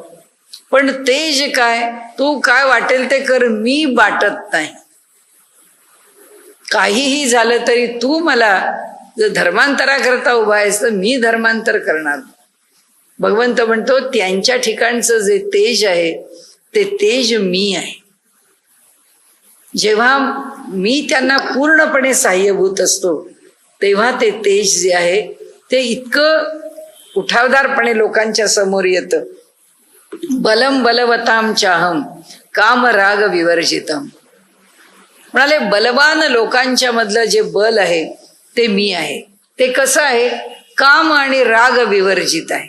कामना म्हणजे इच्छा आणि राग म्हणजे आसक्ती. ज्याच्यामध्ये कामना पण नाहीये आणि ज्याच्यामध्ये आसक्ती पण नाहीये, जे कर्म करण्यामध्ये अशा कर्माच्या ठिकाणी बलवान माणसाचं बल हे माझं स्वरूप आहे. जसे नरेंद्र मोदीजी आता निघालेत ना की सरदार वल्लभभाई पटेलांचं स्मारक करायला, की जगामध्ये इतका उंच पुतळा, पुन्हा तो समुद्रात वगैरे वगैरे. सरदार वल्लभभाई पटेलांचं बल आणि एवढी हिंमत त्यांच्याकडे, आणि असे बलाढ्य पुरुष होते म्हणून तर त्यांना पोलादी पुरुष म्हटलंय. तर हैदराबादची पोलीस ऍक्शन जेव्हा करण्याची वेळ आली त्यावेळी काय केलं त्यांनी नेहरूंचे पहिल्यांदा फोनच कट करून टाकला. त्यांचा हॉटलाईनचाही संबंध तोडला, सामान्य लाईन्स तोडून टाकल्या. त्यांच्या संपर्काला काही साधनच ठेवलं नाही. आजकाल सारखं काही तेव्हा मोबाईल नव्हते, संपर्काचं साधनच काढून टाकलं. आणि हैदराबादवरती जो हल्ला करायचा तो हल्ला केला. हैदराबादच्या राजाला शरण यायला लावलं. आणि हैदराबाद जेव्हा भारताचा अविभाज्य भाग झाला त्यावेळी नेहरूंना कळवलं की पोलीस ऍक्शन झालेली आहे आणि हैदराबाद सुरक्षित आहे आणि हैदराबाद आपल्या ताब्यात आहे. संपलं. याच्यापेक्षा जास्त भानगडीत ते पडले नाहीत. नेहरू नेहरूंनी पुष्कळ आरडाओरडा केला, खूप त्यांना ते मनाविरुद्ध झालं. सरदार वल्लभभाई पटेलांशी त्यांनी पुष्कळ प्रकारांनी, त्यांच्या चरित्रात आपल्याला सगळं वाचायला मिळतं, पुष्कळ प्रकारे विरोध केले. पण हे जे बळकटी आहे स्वतःच्या ठिकाणची, हे बल केव्हा येतं? जेव्हा कोणताच स्वार्थ नाहीये, फक्त देशहिताच्या करता काम करायचं आहे, एवढा भाव अंतःकरणामध्ये असेल तर भगवंत म्हणतात त्याला सहाय्यकारी मी होतो. दुसरं म्हणजे कल्याण सिंग, ज्यावेळी उत्तर प्रदेशचे मुख्यमंत्री होते आणि त्यावेळी ते अयोध्येच्या करता ते बाबरी मशीद प्रकरण झालं, त्यावेळी सत्ता पक्षामध्ये असून सुद्धा 2 माणसं फक्त सहाय्यभूत झाली अधिकाधिक. एक म्हणजे नरसिंहराव स्वतः पंतप्रधान आणि दुसरे त्या राज्याचे मुख्यमंत्री. सोपं नाहीये. सबंध भारतामध्ये, आपल्या सबंध देशात या निर्णयाचे काय पडसाद उमटतील, जे उमटतील ते उमटतील. पण आज आता आपल्याकडे सत्तेचं बळ आहे ना, याचा उपयोग करू. ते काय आपल्याकरता करायचं नाही, राष्ट्राकरता करायचं. भगवंत म्हणतो त्याला मी यश देतोच देतो. ती कार्य यश. आता बघू काय, आता अयोध्या बांधायलाच निघालेत राम मंदिर, आता त्याच्यावरती काय काय होतंय पाहूया. आज 25 वर्ष बांधकामाची तयारी चालू आहे, आता प्रत्यक्ष बांधकामाची वेळ आली आहे. आता काय होतंय पाहूया. सांगायचं म्हणजे आता यातलं कोणाचं तेज पणाला लागणार आहे माहित नाही, कुणाचं बल पणाला लागणार आहे, कुणाची बुद्धी पणाला लागणार आहे आपल्याला माहित नाही. कारण त्यावेळीचं अयोध्येचं प्रकरण चालवणारी मंडळी आता हयात नाही. त्यांची जी योजना होती ती योजना ज्या पद्धतीने त्यांनी राबवली, आज ती मंडळी नाही. त्यामुळे माहित नाही आता काय होतं. म्हणाले बलम बलवताम चाहम कामराग विवर्जितम धर्माविरुद्धो भूतेषु कामोस्मी भरतर्षभ. धर्माला विरोध न करणारा, अविरुद्ध अशा ज्या ज्या काही आमच्या इच्छा, आकांक्षा, कामना आहेत, त्या सगळ्या भगवंताचं रूप आहे. म्हणजे आम्हाला आमच्या कुटुंबाकरता हे पाहिजे असं वाटतं. ती काही आपली इच्छा ही धर्मविरुद्ध नाही आहे. मनुष्य धर्माला योग्य अशी आहे की आपल्या मुलांना चांगलं शिक्षण मिळावं, त्याच्याकरता आपण कष्ट करावेत, त्या मुलांना चांगल्या प्रकाराने जीवन जगता यावं अशी सोय करावी, त्याकरता आपण काही पैसे मिळवावेत. या सगळ्या इच्छा धर्म अविरुद्ध आहेत. पण पैसे मिळवायला गेला आणि मुलाच्या परीक्षेकरता आपल्याला किंवा ह्या शिक्षणाकरता किंवा मुलाला आणखीन कुठे दाखल होण्याकरता, मुलाची परीक्षा म्हणजे मुलगा जर म्हणाला मला पोलीस खात्यात जायचं, आता तिथं इंटरव्ह्यूला जातानाच पैसे घेऊन जावे लागतात. मग हे पैसे आणायचे कुठून? मग तो म्हणणार मी करतो भ्रष्टाचार. भगवंत म्हणतो त्याच्यात मी नाही. भगवंत म्हणतो तुझ्या मनामधली प्रामाणिक कामना मी आहे, ते प्रामाणिक कामना पुरी कशी करायची माझ्यावरती सोप, ते तुझ्या हातात घेऊ नको. पण तू प्रामाणिक राहा. तुझं प्रामाणिकपण जे आहे ते प्रामाणिकपण कसाला लागू दे ना. सगळं तुझ्या मनाप्रमाणे होईल, सगळं तुला प्राप्त होईल. तू जर योग्य असलास तर तुझ्या सगळ्या इच्छा पुऱ्या होतील. माझ्यावर सोप. त्याच्याकरता कायदा तुझ्या हातात. जसं आता अलीकडे सगळ्या जवळजवळ CID असो, क्राईम पेट्रोल असो किंवा इतर ठिकाणचे अनेक अशाच पद्धतीच्या सिरियल्स आहेत, ते सगळे सांगतात की हे सगळे गुन्हे होताना आमचा एकच संदेश आहे तुम्हाला की कायदा तुम्ही हातात घेऊ नका. अगदी हे भगवंताचं हेच वाक्य आहे. भगवंत म्हणतो मी ही सृष्टी निर्माण केली, या सृष्टीकरता धर्म्य आणि अधर्म्य काय कर्म आहे ती कर्म मी सांगून ठेवली, तसं वागा ना. तुम्ही अधर्म्य मार्गाने जाऊन तुम्ही जर काही गोष्टी यशस्वी व्हावं किंवा मला प्राप्त व्हावं असं म्हटलं तर होणार नाही. कारण तुम्ही माझा कायदा हातात घेतला म्हणजे मला अनुशासन भाग आहे, म्हणजे तुम्हाला दंड करणंच मला भाग आहे, सहाय्य करण्याशिवाय. त्यामुळे भगवंताच्या कारभारामध्ये आम्ही ढवळाढवळ करू नये ही भगवंताची इच्छा भगवंत सांगतायत आम्हाला. की ते म्हणतात कामना अशीच करा की जी योग्य मार्गाने पुरी होणारी कामना आहे. तुम्ही जर कामनाच अशा करायला लागला वेड्या वाकड्या आणि त्या अयोग्य मार्गाने पुरवायला लागलात तर त्याचं शासन म्हणजे मला अनुशासनाप्रमाणे तुम्हाला दंड करावाच लागेल आणि तुम्ही यशस्वी नाहीच होणार. त्याकरता आता इथे पुढे त्यांनी म्हटलंय की पै आदिचेनी अवसरे विरूढे गगनाचेनी अंकुरे जे अंती गिळी अक्षरे प्रणवपटीची. म्हणाले आता माऊलीने एका वेगळ्या पद्धतीने म्हटलंय पै आदिचेनी अवसरे. आदिचेनी म्हणजे उत्पत्तीच्या, अवसरे म्हणजे काळी. परंतु म्हणाले ह्या सृष्टीच्या उत्पत्तीच्या काळी विरूढे गगनाचेनी अंकुरे. जग जन्माला येतं त्यावेळी ह्या पंचमहाभूतातलं पहिलं आकाश जन्माला येतं. विरूढे म्हणजे वाढतं. कशाने वाढतं? अंकुरे गगनाचेनी. गगनरूपी अंकुरांनी ते वाढायला लागतं. जे अंतिगिळी अक्षरे, जेव्हा शेवट येतो म्हणजे सुरुवात कशाने होते? आकाशाच्या प्रकटीकरणाने या सृष्टीच्या निर्मितीची प्रक्रिया सुरू होते आणि शेवट अंतिगिळी अक्षरे प्रणवपटीची. प्रणवाच्या पट म्हणजे वस्त्र, प्रणवाच्या वस्त्रावरची अ उ म ही अक्षरं गिळूनच टाकतो म्हणजे संपलं. आता काही निर्माण व्हावं ही प्रक्रिया त्या प्रणवाच्या ठिकाणी. आता कार्य काही उरत नाही. जेव्हा हा विश्वाकार असे तव जे विश्वाची सारखे दिसे मग महाप्रळय दसे दसे कैसेही नव्हे. जोपर्यंत हे सगळं विश्वाकार आहे म्हणजे जोपर्यंत माझ्या मायेच्या आधाराने मी हे विश्व चालू ठेवलं आहे तोपर्यंत अडचण नाही. आत्ता विश्व असं आहे आणि नंतर विश्व वेगळं आहे, काही वेगळं नाही म्हणाले. रामायण काळामधल्या ज्या समस्या होत्या त्याच महाभारत काळामध्ये होत्या.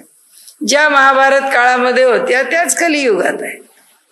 त्या काळामध्ये माणसांच्या प्रवृत्ती जशा होत्या तशाच प्रवृत्ती महाभारत काळात बघायला मिळतात. तशाच प्रवृत्ती कलियुगात बघायला मिळतात. चांगली माणसं रामायण काळात होती, वाईट माणसं रामायण काळात होती. महाभारत काळात चांगली माणसं होती, वाईट माणसं होती. आज कलियुगातही चांगली माणसं आहेत, वाईट माणसं आहेत. आता कलियुगामध्ये जे जे काही वाईट घडतंय किंवा घडेल त्या सगळ्याला कारण कोण? आता हे कलियुगाचं आहे हो, कलियुगाचा महिमा आहे. भगवंत म्हणतो असं महिमा वगैरे काही नसलं. ज्याला चांगलं वागायचंय तो कोणत्याही युगात असला तरी तो चांगलाच असतो आणि ज्याला वाईट वागायचं आहे त्याला युगाचा संबंध येतच नाही, तो वाईटच वागतो. तो केव्हाही कुठेही वाईट वागतो. आणि म्हणून त्यांनी इथे म्हटलंय की जोपर्यंत विश्व विश्वाच्या आकाराने आहे तोपर्यंत इथल्या 84 लक्ष योनी तशाच आहेत. नद्या नाले पर्वत या ठिकाणी खूप मोठी आश्चर्य. सृष्टीमध्ये एवढी खनिज संपत्ती, एवढी हिरवीगार सृष्टी, असं सगळं सर्व काळ असणार आहे. की त्या काळी असं होतं का? म्हणजे हे माऊलींनी दिलेलं उत्तर आहे, आपलं नाही. आता या अश्मयुगामध्ये मनुष्य कसा होता? मग तो काय पानच घालत होता, तो वल्कलच घालून हिंडत होता, मग तो फारच आदिमानव होता. हा जो अलीकडचा संशोधनाचा विषय आहे. आणि त्यामुळे भारतामधले लोक इसवी सनाच्या पूर्वी 5-5 हजार वर्ष महाभारतासारखा ग्रंथ, त्याच्याही मागे जाऊन रामायणासारखा, त्याच्याही मागे जाऊन वेदासारखं वाङ्मय निर्माण करतात. हे आधुनिक इतिहासाला सोसणारा विषय नाही. त्यांना असं वाटतं की हे असं शक्यच नाही. तेव्हा तर माणसं रानटी पाहिजेत. आणि आमचं वर्णन त्यांनी केलंय की 12व्या शतकामध्ये आम्ही जेव्हा चकमकीनी म्हणजे गारगोटीनी विस्तव पेटवत होतो, हे लोक किती मागासलेले होते, हे लोक किती रानटी होते, हे लोक किती अडाणी होते, अशिक्षित होते. या वर्णनात जगाला जास्त रस आहे. माऊली सांगते जेव्हा भगवंत सृष्टी उत्पन्न करतो तेव्हा त्या सृष्टीमध्ये सगळ्या सकट सृष्टी उत्पन्न, सर्व काही त्या सृष्टीत आहे. आधी वेद निर्माण होतात आणि त्या वेदाचा अभ्यास करणारे जसे वैदिक असतात तसे निरक्षरही असतात.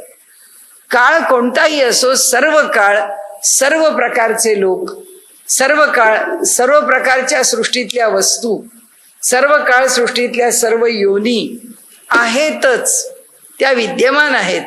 आणि म्हणून माऊली सांगते इथे आता पुन्हा बघा ओवी, जेव्हा हा विश्वाकार असे, जोपर्यंत विश्व हे त्याच्या आकाराने आहे तोपर्यंत जे विश्वाची सारखे दिसे, तोपर्यंत ते जसं विश्व आहे आज आमच्या डोळ्याला दिसतं ते तसंच दिसणार.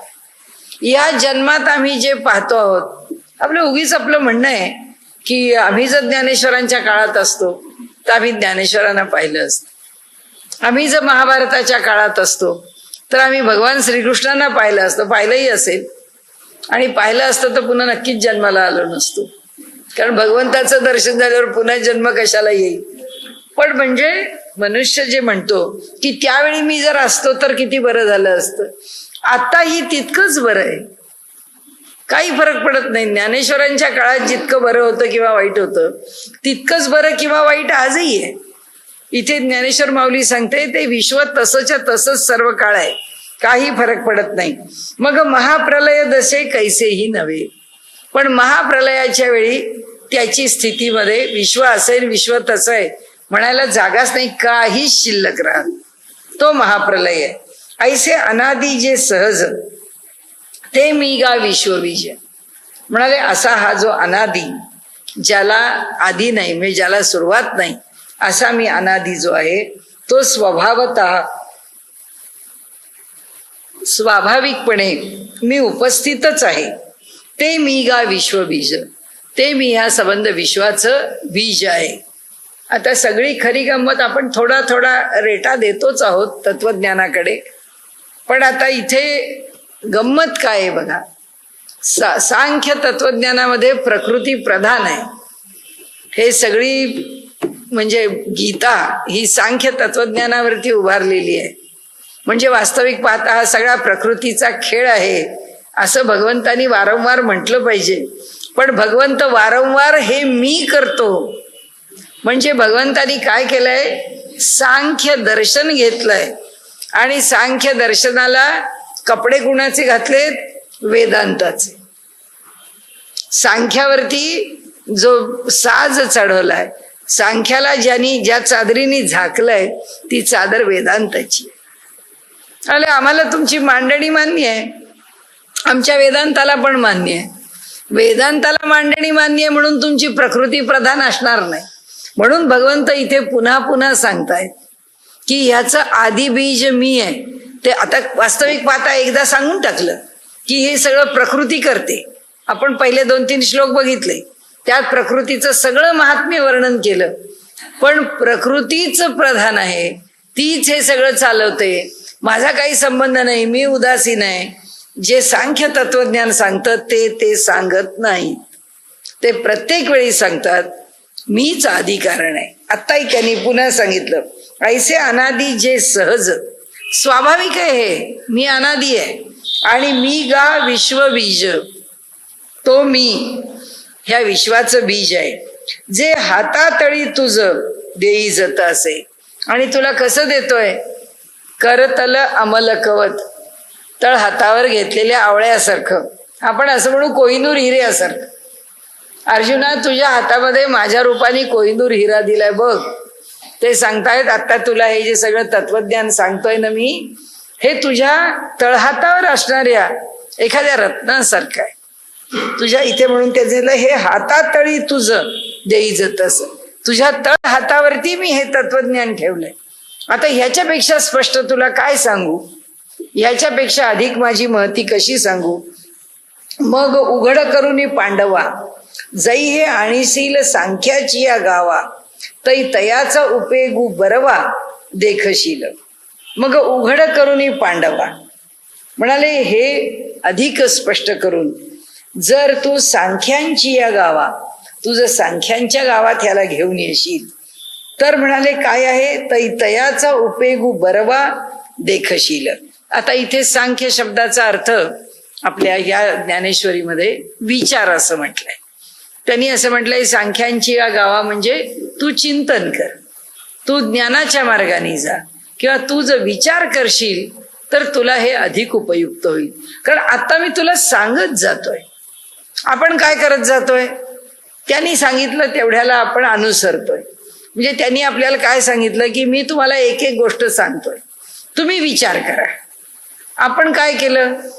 आपण या ठिकाणी तसं केलं की बुद्धिमंत आहेत, बुद्धिर बुद्धिमता. आपण इथे बघितलं, आपण काय म्हटलं की काय असेल व बुद्धी, मग आपण कसा विचार केला? त्यांनी आपल्याला असं सांगितलंय की असा विचार आपण करायचा. या अध्यायात ते आपल्याला सांगतायत की मी तुम्हाला प्रकृती म्हणजे काय ते सांगतो, हे त्रिगुण म्हणजे काय ते सांगतो, मी ह्या जगाचं बीज आहे हे मी तुम्हाला सांगतो, ते मी आधी बीज आहे असं पुन्हा पुन्हा सांगतो आहे. पण हे सगळं तुम्ही विचारांनी समजून घ्या. तुम्ही तुमच्या ठिकाणी विचार करा. आणि म्हणाले असं तुम्हाला वाटतंय का खरंच की आधी बीज मीच आहे? विचार करा. तुम्हाला वाटतंय का खरंच की हे जग पांचभौतिक आहे? विचार करा. मग आपण आता काय केलं? आपण ह्या ज्या विभूती आहेत या भगवंतांनी अशा का सांगितल्या? आपल्यापुरता विचार केला. आपली बुद्धी कुठे चालते, आपली बुद्धी कशी चालते, आपलं बल काय करतं. अगदी म्हणजे कुणी अगदी अलीकडची आत्ताच माझ्या ओळखीची एक लहान मुलगी, म्हणजे आता तिच्या मुलाचं लग्न होईल, एवढ्याच वयाची मुलगी, ती मला म्हणाली अगं मावशी, म्हणाली आता माझ्या मुलाचं लग्न होईल तेव्हा होईल, आता माझ्या मुलीचं लग्न होत आहे. शेवटी म्हणाली सासूच्या पदावर गेली की ती वेगळीच असते. म्हणजे एरवी ती जशी असते तशी काही सासू झाल्यावर असतेच असं नाही. एक तो झटका वेगळाच असतो. म्हटलं का तुझ्या मुलीच्या सासूचा झटका तुला मिळाला का? ते बाजूला ठेव म्हणाली तू. पण म्हणाली मलाही मुलगा आहे, म्हणजे माझ्याही मुलाच्या लग्नाची वेळ आली की मी पण सासू होणार आहे, म्हणजे ते सासू पण माझ्या इकडे येणार आहे ना. बल आहे आमचं, साधं बल आहे. घरामध्ये एक मुलगी यायची आहे तर आतापर्यंत जे बळ आमच्या जवळ नव्हतं ते दुसरं बळ मिळालंय आपल्याला की ती मुलगी, तिच्या आधी या घरात आलेली सिनियर मी, म्हणजे आता मी अधिक जुनी आहे, आता मी कशी वागवते. म्हणजे साध्या साध्या गोष्टी आहेत की मनुष्याला कुणाशीही व्यवहार करताना आपलं काहीतरी चुकलंय किंवा आपली वस्तू दुरुस्त करून घ्यायची, आपल्या वस्तूत काहीतरी बिघाड आहे की मनुष्याचा आवाज खाली आहे आणि त्यांचं काहीतरी चुकलंय आणि आमचं नुकसान झालंय की मनुष्य जोरात ओरडत राहतो, तक्रार करत, तुम्ही असं केलं, तुम्ही आमचं नुकसान केलं, आम्ही जाऊ का, आम्ही काय कोर्टात जाऊ का आम्ही ग्राहक पंचायतीच्या मध्ये जाऊन तुमच्या विरुद्ध तक्रार करू का? ग्राहकाला फसवता. अरे किती कारण का? बल. आमच्याकडे ते बल आहे. साध्या गोष्टी आहेत. म्हणजे भगवंत म्हणतात की सगळ्या गोष्टींच्या करता आपण आपल्यापुरतं चिंतन करत जा. ते म्हणाले तुम्ही विचार करा. म्हणाले मी जे सांगतोय त्याचा तुम्ही विचार करा की मी असं का म्हणतो की बलवान माणसाच्या ठिकाणी मी आहे, मग तो माझ्या ठिकाणी का नाही? पहिला प्रश्न आला ना, विचार तिथंच आला की जर तो बलवंतांच्याकडे आहे तर आमच्या इकडे कशाचं तरी बळ आहेच. कुणाकडे पैशाचं बळ आहे, कुणाकडे शारीरिक बळ आहे, कुणाकडे बुद्धीचं बळ आहे, कुणाकडे सत्तेचं बळ आहे, काहीतरी बळ आहेच आमच्याकडे. मग आमच्या बळाला तो अनुकूल होऊन आम्हाला वाटतं तसं तो पुढे का नेत नाही? भगवंत सांगतात इथे त्यांनी विचार शब्द वापरायला सांगितलाय. आणि इथे सांख्य म्हणजे ज्ञान. म्हणून आपण एकम सांख्यमचे योगमचे म्हटलंय ना की ज्ञान आणि कर्म हे दोन्ही सारखेच आहेत. तसे इथे ते म्हणतात मग उघड करून पांडवा, आता मी जे तुला सांगतो आहे त्याची तू उकल कर, ते उघड कर. आणि काय कर? हे जई हे आणीशील सांख्याची या गावा. सांख्याची या गावा म्हणजे ज्ञानाच्या गावाला घेऊन जाशील. म्हणजे तू तुझ्या ठिकाणी विचार करायला लागशील की मी असं का म्हणालो, याचं कारण काय आहे. तई तयाचा उपेगू बरवा देखशील. हा विचार जर तू करशील तर त्याचा बराच फायदा होतो हे तुझ्या लक्षात येईल, त्याचा उपयोग आहे हे तुला कळेल. आणि म्हणून आपण ह्या अध्याय संपवायला आपल्याला 3च तास पुरले असते. 3 वेळा बसलो असतो, कारण 200च ओव्या आहेत त्याच्यामध्ये, जास्त ओव्या नाहीच आहेत आणि ओव्या अगदी सरळ आहेत. पण माऊलींनी इथे अशा प्रकारे विषय मांडून ठेवलाय आणि भगवंतानी असा मांडून ठेवलाय की भगवंतानी मांडलेलं काय आहे बुवा हे समजून घेणं आणि माऊलीची आज्ञा आहे याचा विचार करा, याच्यावर चिंतन करा. म्हणून ते सांगतात तई तयाचा उपयोगू बरवा देखशील, विचार कर त्याचा तुला फायदा होईल.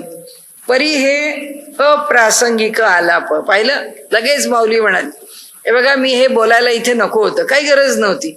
चाललेला विषय जो आहे त्यात भगवंतानी कुठे विचार करा म्हणून सांगितलं नाहीये. भगवंत फक्त आपली बाजू अर्जुनापुढे ठेवतोय. भगवंताला विचार कर असं म्हणायचं अर्जुनाला कारण नाही, कारण अर्जुन फार जाणता श्रोता आहे आणि त्यामुळे जे भगवंत सांगेल ते तू जाणतोय, जे भगवंत सांगेल ते जाणतोय. पण माऊलींनी ते प्राकृतात आमच्याकरता आणलंय आणि माऊलींना माहिती आहे की माझ्या पुढे बसलेले कसे आहेत, यांना आता आपल्याला शिकवायचंय. म्हणून माऊली आम्हाला सांगतो विचार करा बरं हे आतापर्यंत काय सांगितलंय त्याच्यावर. आणि लगेच पुढची ओवी सांगतात हे बघा तुम्ही विचार करा, हा विषय इथे अप्रासंगिक आहे. इथे मला वाटलं म्हणून मी तुम्हाला सांगितलं. आता मी माझा विषय काय परी हे अप्रासंगिक आलाप, आता असं तू न बोलो संक्षेप. आता असं द्या म्हणाले मी बोललो, आता सोडून देऊ आपण माझं बोलणं आणि म्हणाले आता आपण संक्षेपामध्ये पुढे बघायला लागू. जाण तपियांचा ठाई तप ते स्वरूप माझे. तपस्वी लोकांच्या ठिकाणी तप हे माझं स्वरूप आहे. बळीया माझी बळ ते मी जाणे आढळ, बुद्धिमंती केवळ बुद्धी ते मी. भूतांचा ठाई कामू तो मी म्हणे आत्मारामू, जेणे अर्थास्तव धर्मू थोरू होय. म्हणाले आता भूतांच्या ठाई कामू लोकांच्या ठिकाणी असणारी कामना इच्छा तो मी म्हणे आत्मारामू, ती इच्छा मी आत्माराम मी परमात्मा आहे. जेणे अर्थास्तव धर्मू थोरू होय, ज्याच्यामुळे किंवा ज्याच्या कामाकरता ज्याच्या कामामुळे हा जो धर्म आहे तो धर्म कसा होतो उत्कर्षाला प्राप्त होतो. काही माणसं अशी आहेत की जी कार्य करत राहतात आणि त्यांच्या कार्यामुळे धर्माचा उत्कर्ष होत राहतो. ते असंच कार्य करत राहतात धर्मकार्य की ज्यामुळे धर्माला बळकटी येते. एरवी विकाराचे नि पैसे करी कीर इंद्रियांचे याची ऐसे. आता आपण सगळा हा विषय बोलून झालाय आपला. आता आपण कुठे आलो आहोत की एरवी म्हणजे आपण जे आपल्याबद्दल बोललो ते की अहो नाही तर सामान्यपणे काय हे सगळं वरचं आहे का, की जे वरच्या 2 श्लोकात ज्या विभूती सांगितल्या आहेत की बुद्धिमंतांमधली बुद्धी मी आहे, बलवानांमधलं बल मी आहे, धर्माने चालणाऱ्यांच्या मधला काम मी आहे, हे म्हणाले झालं सांगून. पण एरवी हे सगळं श्रेष्ठांचं बोलून झालं. बाकी एरवी काय आहे, एरवी विकाराचे नि पैसे. प्रत्येकाच्या डोक्यावरती विकार स्वार आहे. त्याचे संस्कार, त्याचे विचार, त्याचं पूर्वजन्मीचं सुकृत हे सगळं म्हणजे प्रारब्ध जे घेऊन आलं आहे ते विकाराचे नि पैसे करी कीर इंद्रियांचे याची ऐसे. म्हणाले खरोखरच तो काय करतो, इंद्रियांना जे वाटतं तेच तो करतो. म्हणजे इंद्रियांचे याची ऐसे, त्यांना जे वाटतं त्याप्रमाणेच तो काम करतो. परी धर्मासी वेखासे जाओ नेदी. परंतु म्हणाले परमात्मा काय करतो, शक्यतो त्याला धर्माच्या विरुद्ध जाऊ देत नाही. भगवंत कारण कसं असतं बघा, एखाद्या वेळेला आपल्याला काहीतरी दुसऱ्याला सांगायची वेळ आली, कुणी सांगितलं अहो येता का, खरं म्हणजे आपल्याला नको असतं त्या दिवशी जायला. आपण म्हणतो काय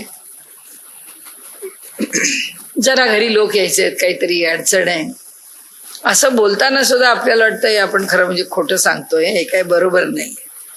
किंवा हे काम आता होईल का, तुम्ही अमक्या वेळी नाही, पण ते काही तसं वाटत नाही होईलच. माणूस जेव्हा असं बोलतो त्यावेळी त्याला आतून कळतं की हे असं खरं म्हणजे बोलू नये. माझी गोष्ट सांगते तुम्हाला मी की मी माझ्या गुरूंच्या गावी गेले. आपल्या शेतावरती बैलजोडी आणायची होती म्हणून आम्ही आमच्या त्या मराठवाड्याच्या भागात चांगली मिळते बैलजोडी म्हणून आम्ही त्या बैलाचा बाजार होता त्यावेळी आम्ही त्या बाजारात गेलो, तिथून त्यांना भेटायला गेलो. त्या बैलाच्या बाजारात आधी तुम्ही गाडी घेऊन गेलात जवळ की तुम्हाला वाटेल ती किंमत सांगणार, म्हणजे गाडी लांब लावायची. आणि घ्यायला बाई गेली बैलजोडी तर ते काय इथे गुंडाळणारच आहेत. मी गाडीत बसले, आमच्या ड्रायव्हरला पाठवलं, म्हटलं तुला कोणती बैलजोडी बरी वाटेल ती सांग, भाव विचार, मग ये, मग मी येते आतमध्ये तिथे बैल घ्यायला. तर मी गाडीत बसले. मी ते नंतर आम्ही बघितले तर बैलजोडी काही तितकी पटली नाही. आम्ही न घेताच पण पुढे आम्ही आमच्या गोरट्याला गेलो त्यांना भेटायला. त्यांनी मला प्रश्न विचारला. ते मला म्हणाले की तू बैल खरेदी करायला गेली होतीस, तू उतरली होतीस की नाही बैल घ्यायला, असं त्यांनी मला विचारलं. तर आता हो म्हणू का नाही म्हणू, कारण पहिल्यांदा त्याला पाठवलं होतं आणि नंतर पटला तर मी जाणार होते. म्हटलं आता आली पंचायत. तर मी त्यांना म्हटलं की होते आणि नाही दोन्ही. ते म्हणाले हे काय आहे, एक तर बैलाच्या जवळ जाऊन उभी तरी राहशील, नाही तर गाडीत तरी बसशील, याच्याशिवाय काय वेगळं होणार आहे. म्हटलं नाही अहो असं असं आहे म्हणून मी असं केलं. पण म्हणजे मोठा माणूस आहे म्हणून खोटं बोलायची हिंमत नाही झाली. कोणीतरी साधारण मनुष्य असेल तर आपण काही त्यावेळी जे पटेल ते उत्तर देऊन मोकळे होऊ. इथे त्यांनी सांगितलं की भगवंतानी आमच्या हृदयामध्ये स्वतःला असं ठेवलेलं आहे, हे लक्षात घ्या. आम्ही व्यवहार कुणाच्यानी करतो, इंद्रियांच्या तंत्रानी करतो. वरच्या ओळीत सांगितलं ना आपल्याला की इंद्रियाच्या तंत्रानी आम्ही व्यवहार करतो. पण भगवंत आमच्या हृदयामध्ये दोन प्रकारच्या वृत्ती आहेत. एक निरुद्ध वृत्ती आहे आणि एक व्युत्थानातली वृत्ती आहे. ती जी निरुद्ध वृत्ती आहे ती आम्हाला निरोध करते, ती आम्हाला थांबवते. आपल्या मनामध्ये जर राग आला, ती पहिल्यांदा सांगते फार राग आलेला आहे, हे ताई बरं नाही आहे, थांबवा, इथे गप्प बसा, आधी बोलू नका. ती आपल्याला सूचना देते की आत्ता राग आलाय, आत्ता बोलू नको, काहीतरी बोलून काहीतरी नुकसान करून घेशील आणि नसत्या भानगडीत पडशील, हे आपल्याला ती वृत्ती सांगते. आता काय आहे, आम्ही इतके इंद्रियांच्या अधीन आहोत की आम्ही ते सांगितलेलं ऐकत नाही आणि आम्ही आमच्या मनास येईल ती बडबड करून मोकळे होतो. आणि मग रागाला बोललो, पुष्कळ बोलून झालं, मग अरे आपण फार बोललो, आपलं चुकलं, आपण एवढं बोलायला नको होतं. मग आता आपण त्या माणसाला म्हणतो सॉरी बरं का, मला फार राग आला. हा उद्योग कोणी सांगितलाय? इथे भगवंत म्हणतात की तुमच्या अंतःकरणामध्ये बसून धर्माच्या विरुद्ध आम्ही काम करू नये याकरता परमात्मा सारखा आम्हाला सूचना देत असतो. आणि तो सांगतो हे आत्ता करतो, हे चूक आहे, हे करू नको, हे बरोबर आहे, हेच कर, हे योग्य नाही, हे करू नको. म्हणून त्यांनी सांगितलं, परमात्मा इथे मी माऊली सांगते आपल्याला. आता हे दोन ओळी बघूया आपण. परी हे बळिया माझी नाही खाली, जे एरवी विकाराचे नि पैसे करी कीर इंद्रियांचे याची ऐसे, परी धर्मासी वेखासे, वेखासे म्हणजे विरुद्ध, जावो नेदी. भगवंत शक्यतो धर्माच्या विरुद्ध आम्हाला जाऊ देत नाही, आम्ही सुद्धा जाऊ नये. जे अप्रवृत्तीचा आव्हाटा, जी अप्रवृत्ती योग्य प्रवृत्ती नाही ती, आव्हाटा म्हणजे आडवाट, सांडुनी विधीचिया निघे वाटा, तेवीची नियमाचा दिवटा सवे चाले. आपण आतापर्यंत जे बोललो ना की हळूहळू हळूहळू आम्ही आमच्या मनाला जर धर्माच्याच बाजूनी काम कर, चांगलंच काम कर, पुण्यकर्मच कर, सत्याच्याच बाजूनी चाल, असं जर सारखं शिकवत राहिलो तर म्हणाले मग काय होतं, त्याचा परिणाम हा होतो की जे अप्रवृत्तीचा आव्हाटा, जी अयोग्य वागण्याची जी आडवाट आहे ती टाकली जाते, सांडुनी आम्ही ती टाकतो. विधीची या निघे वाटा, आणि जो योग्य मार्ग आहे त्या मार्गाने आम्ही चालायला लागतो. तेवीची नियमाचा दिवटा सवे चाले. आणि मग म्हणाले तेव्हा भगवंत काय करतो, आम्हाला नियमात चालण्याचा जो मशालजी आहे, नियम हे मशालजी आहे असं त्यांनी रूपकानी म्हटलंय की नियमाचा दिवटा, तो नियमाचा दिवटा आमच्या पुढं असतो म्हणजे आम्हाला तो नियम मोडू देत नाही. आता नियम शब्द का आला इथे, यम आणि नियम, अष्टांग योग मागे येऊन गेलाय. यम नियम आसन प्राणायाम प्रत्याहार धारणा ध्यान समाधी. आता यम हा विषय असा आहे की जो संबंध जगामध्ये कुणीही ज्याचा अवलंब करावा, सत्य म्हणजे अहिंसा सत्य असते, अपरिग्रह ब्रह्मचर्य, हे यम आहेत. ते पालन करण्याच्या बाबतीमध्ये त्याला विधी निषेध हा विषयच नाहीये. आता सत्याला काय विधी निषेध आहे? म्हणजे सत्य या ठिकाणी बोलावं आणि ह्या ठिकाणी असत्य बोलावं असा कोणता विधी आहे का? नाहीये. सत्य सत्यच आहे, त्याचं पालन केलंच पाहिजे. अहिंसा पालन केलंच पाहिजे. अस्तेय चोरी न करणं किंवा मनामध्ये दुसऱ्याच्या वस्तूची अभिलाषा निर्माण न होणं घडलंच पाहिजे. म्हणजे ह्याला विधी आणि निषेध नाहीत. विधी निषेध कुणाला सुरू होतात? नियमांना. आता योगशास्त्रात नियम नंबर 2 वर आहे. यम नियम, मग आसन प्राणायाम प्रत्याहार असे पुढे जात. यमाचा विषय म्हणाले अपरिवर्तनीय आहे, की तिथे काही तुम्हाला विधी निषेध त्याला लावायचं कारण नाही. मग विधी निषेध कुणाला लावायचे? नियमांना. नियमांना कसे लावायचे? शौच, संतोष, तप, स्वाध्याय, ईश्वर प्रणिधान. आता तपाला विधी निषेध आहेत की हे करावं हे करू नये. आपण जसं म्हटलं की प्रपंचातलं तप आहे की आपल्यावरती जे कर्तव्य आहे ते कर्तव्य आपण पुरं केलंच पाहिजे. त्या कर्तव्यामध्ये जर आपण इकडे तिकडे हैगय करायला लागलो, आपल्याला कंटाळा येतो, थंडीचे दिवस आहेत, कोणी लवकर उठा, मुलाला लवकर शाळेत जायचंय, त्याला सांगितलं नको बाबा डबा काही मी करत नाही सकाळी उठून, मला झोपायचंय. हे काय झालं? हा नियम आहे. या नियमामध्ये आम्ही चुकलो, कारण आम्हाला जे कर्तव्य आमचं केलं पाहिजे ती कर्तव्याची म्हणजे कर्माची शुचिता आम्ही राखली नाही. शौच देहाची शुचिता आहे, आमच्या कर्माची शुचिता आम्ही राखली पाहिजे. आम्ही आळसाने त्याला डागाळला. म्हणून मग नियमाचा दिवटा म्हणजे मनात येतो खूप, अरे बापरे एवढी थंडी आहे, उठवत नाही, कंटाळा आला, कालचं जागरण आहे, जाऊ दे आज त्याला सांगावं तू कॅन्टीनला जेव. मग एक 5-10 मिनिटं झाले की आपण नको नको चला उठा, डबा करा आणि द्या. कोण सांगतो हे की हे केलंच पाहिजे? तो नियमाचा मशालजी, तो दिवटा येऊन पुढं उभाच आहे. तो म्हणाले आम्हाला सांगतो हे चालणार नाही, नियम तोडायचा नाही, नियमाने चालायचं, त्याच मार्गाने चला, जे करायचं आहे ते केलंच पाहिजे, जे कर्तव्य आहे ते चुकवता कामा नये. म्हणून माऊलींनी नियम शब्द 2 अर्थाने वापरला.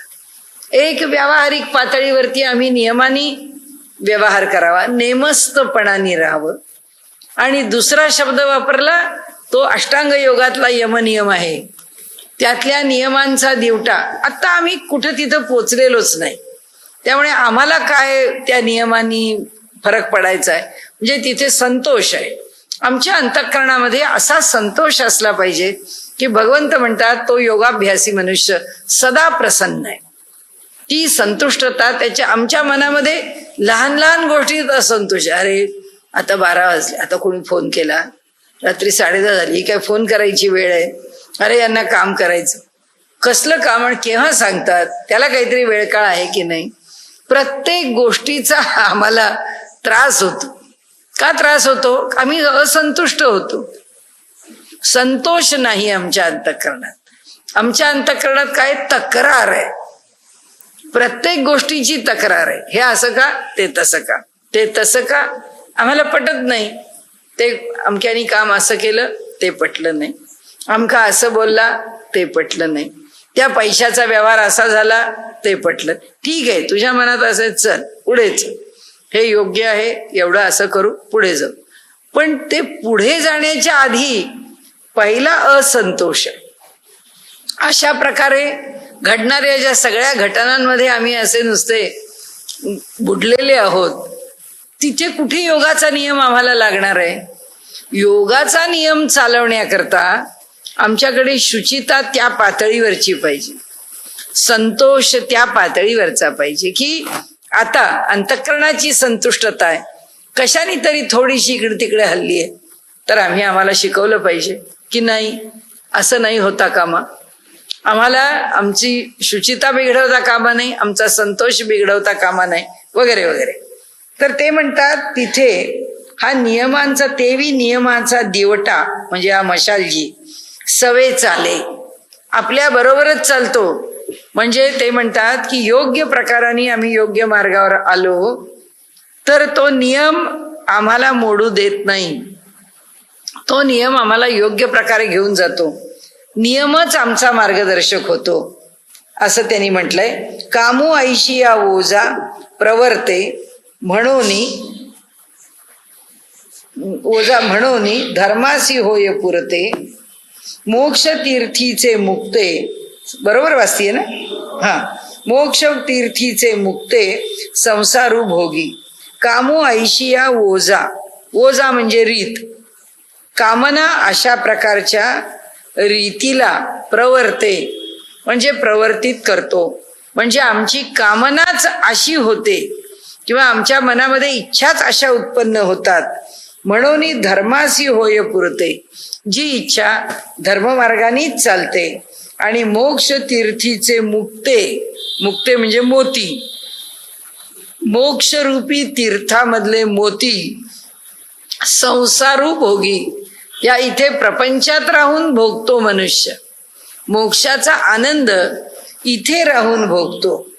म्हणून जो श्रुती गौरवाचा मांडवी कामसृष्टीचा वेलू वाढवी जव कर्म कळेसी पालवी अपवर्गी टिके टेके.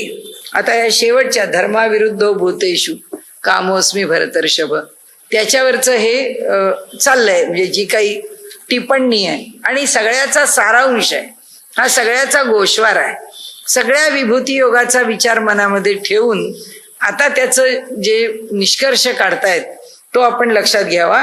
ते म्हणतात की अशा प्रकारच्या कामाला तो प्रवृत्त करतो किंवा अशा रीतीने तो अंतःकरणामध्ये इच्छा आकांक्षा करतो की ज्यामुळे धर्ममार्गानेच तो चालत राहतो आणि मोक्षाच्या तीर्थामधली जे मोती आहेत त्या मोत्यांचा उपभोग ह्या संसारामध्ये घेतो.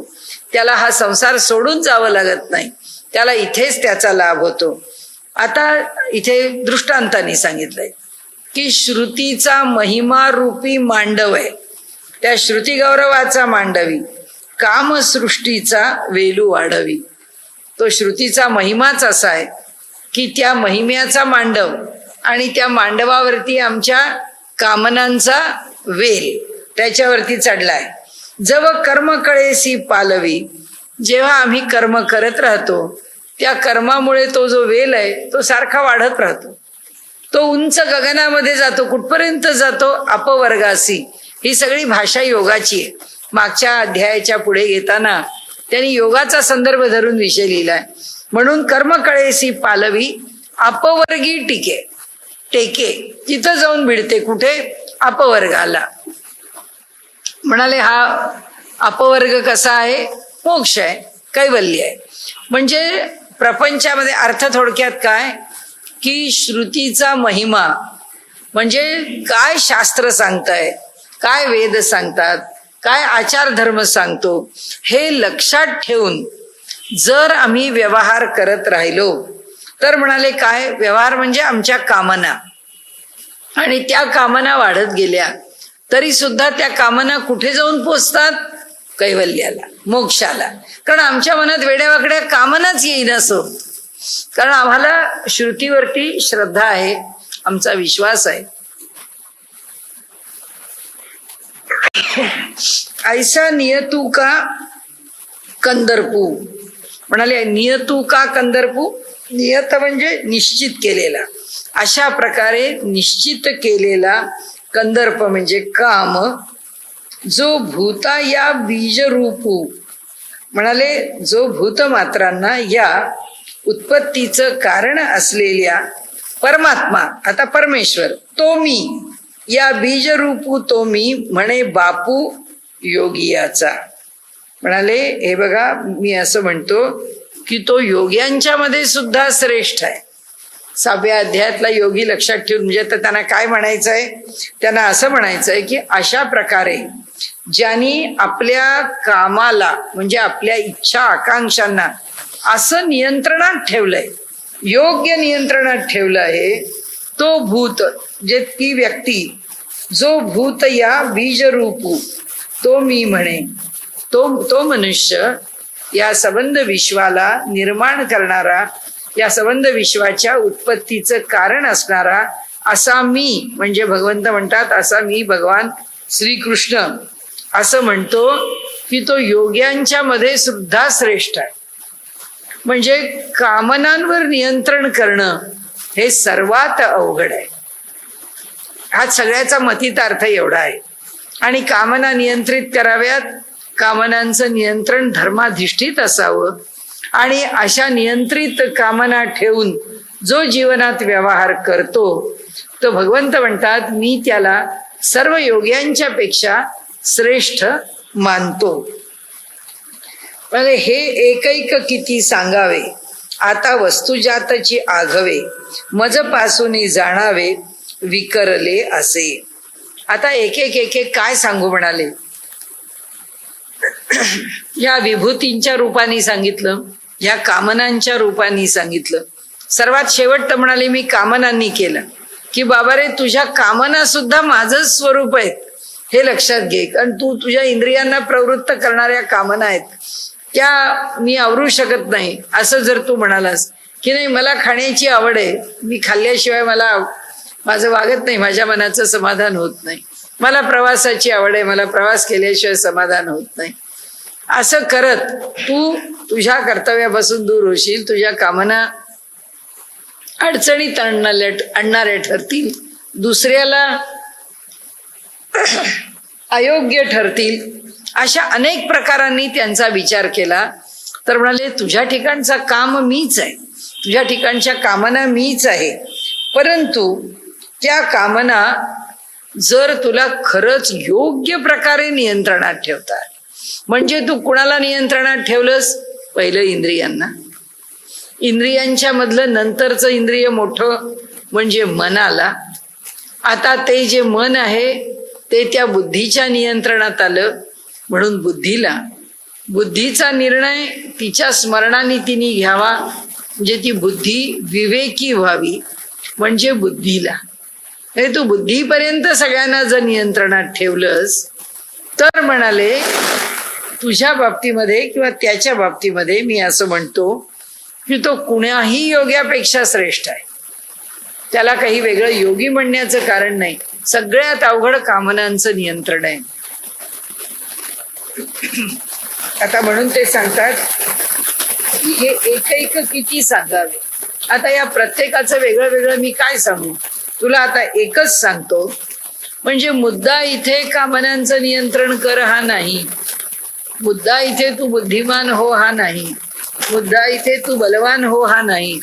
मुद्दा एकच आहे की या सगळ्या सृष्टीचं बीज मी आहे, या सगळ्या सृष्टीच्या मुळाशी मी आहे. एवढाच त्याचा विषय मांडण्याचा विषय आहे. त्याच्या म्हणून ते आता पुन्हा शेवटी काय करतात, निष्कर्ष काढतात. ते काय सांगतात, हे एकैक किती सांगावे. हे एक एक सांगून याच्या मुळाशी मी, याच्या मुळाशी मी असं मी किती सांगू.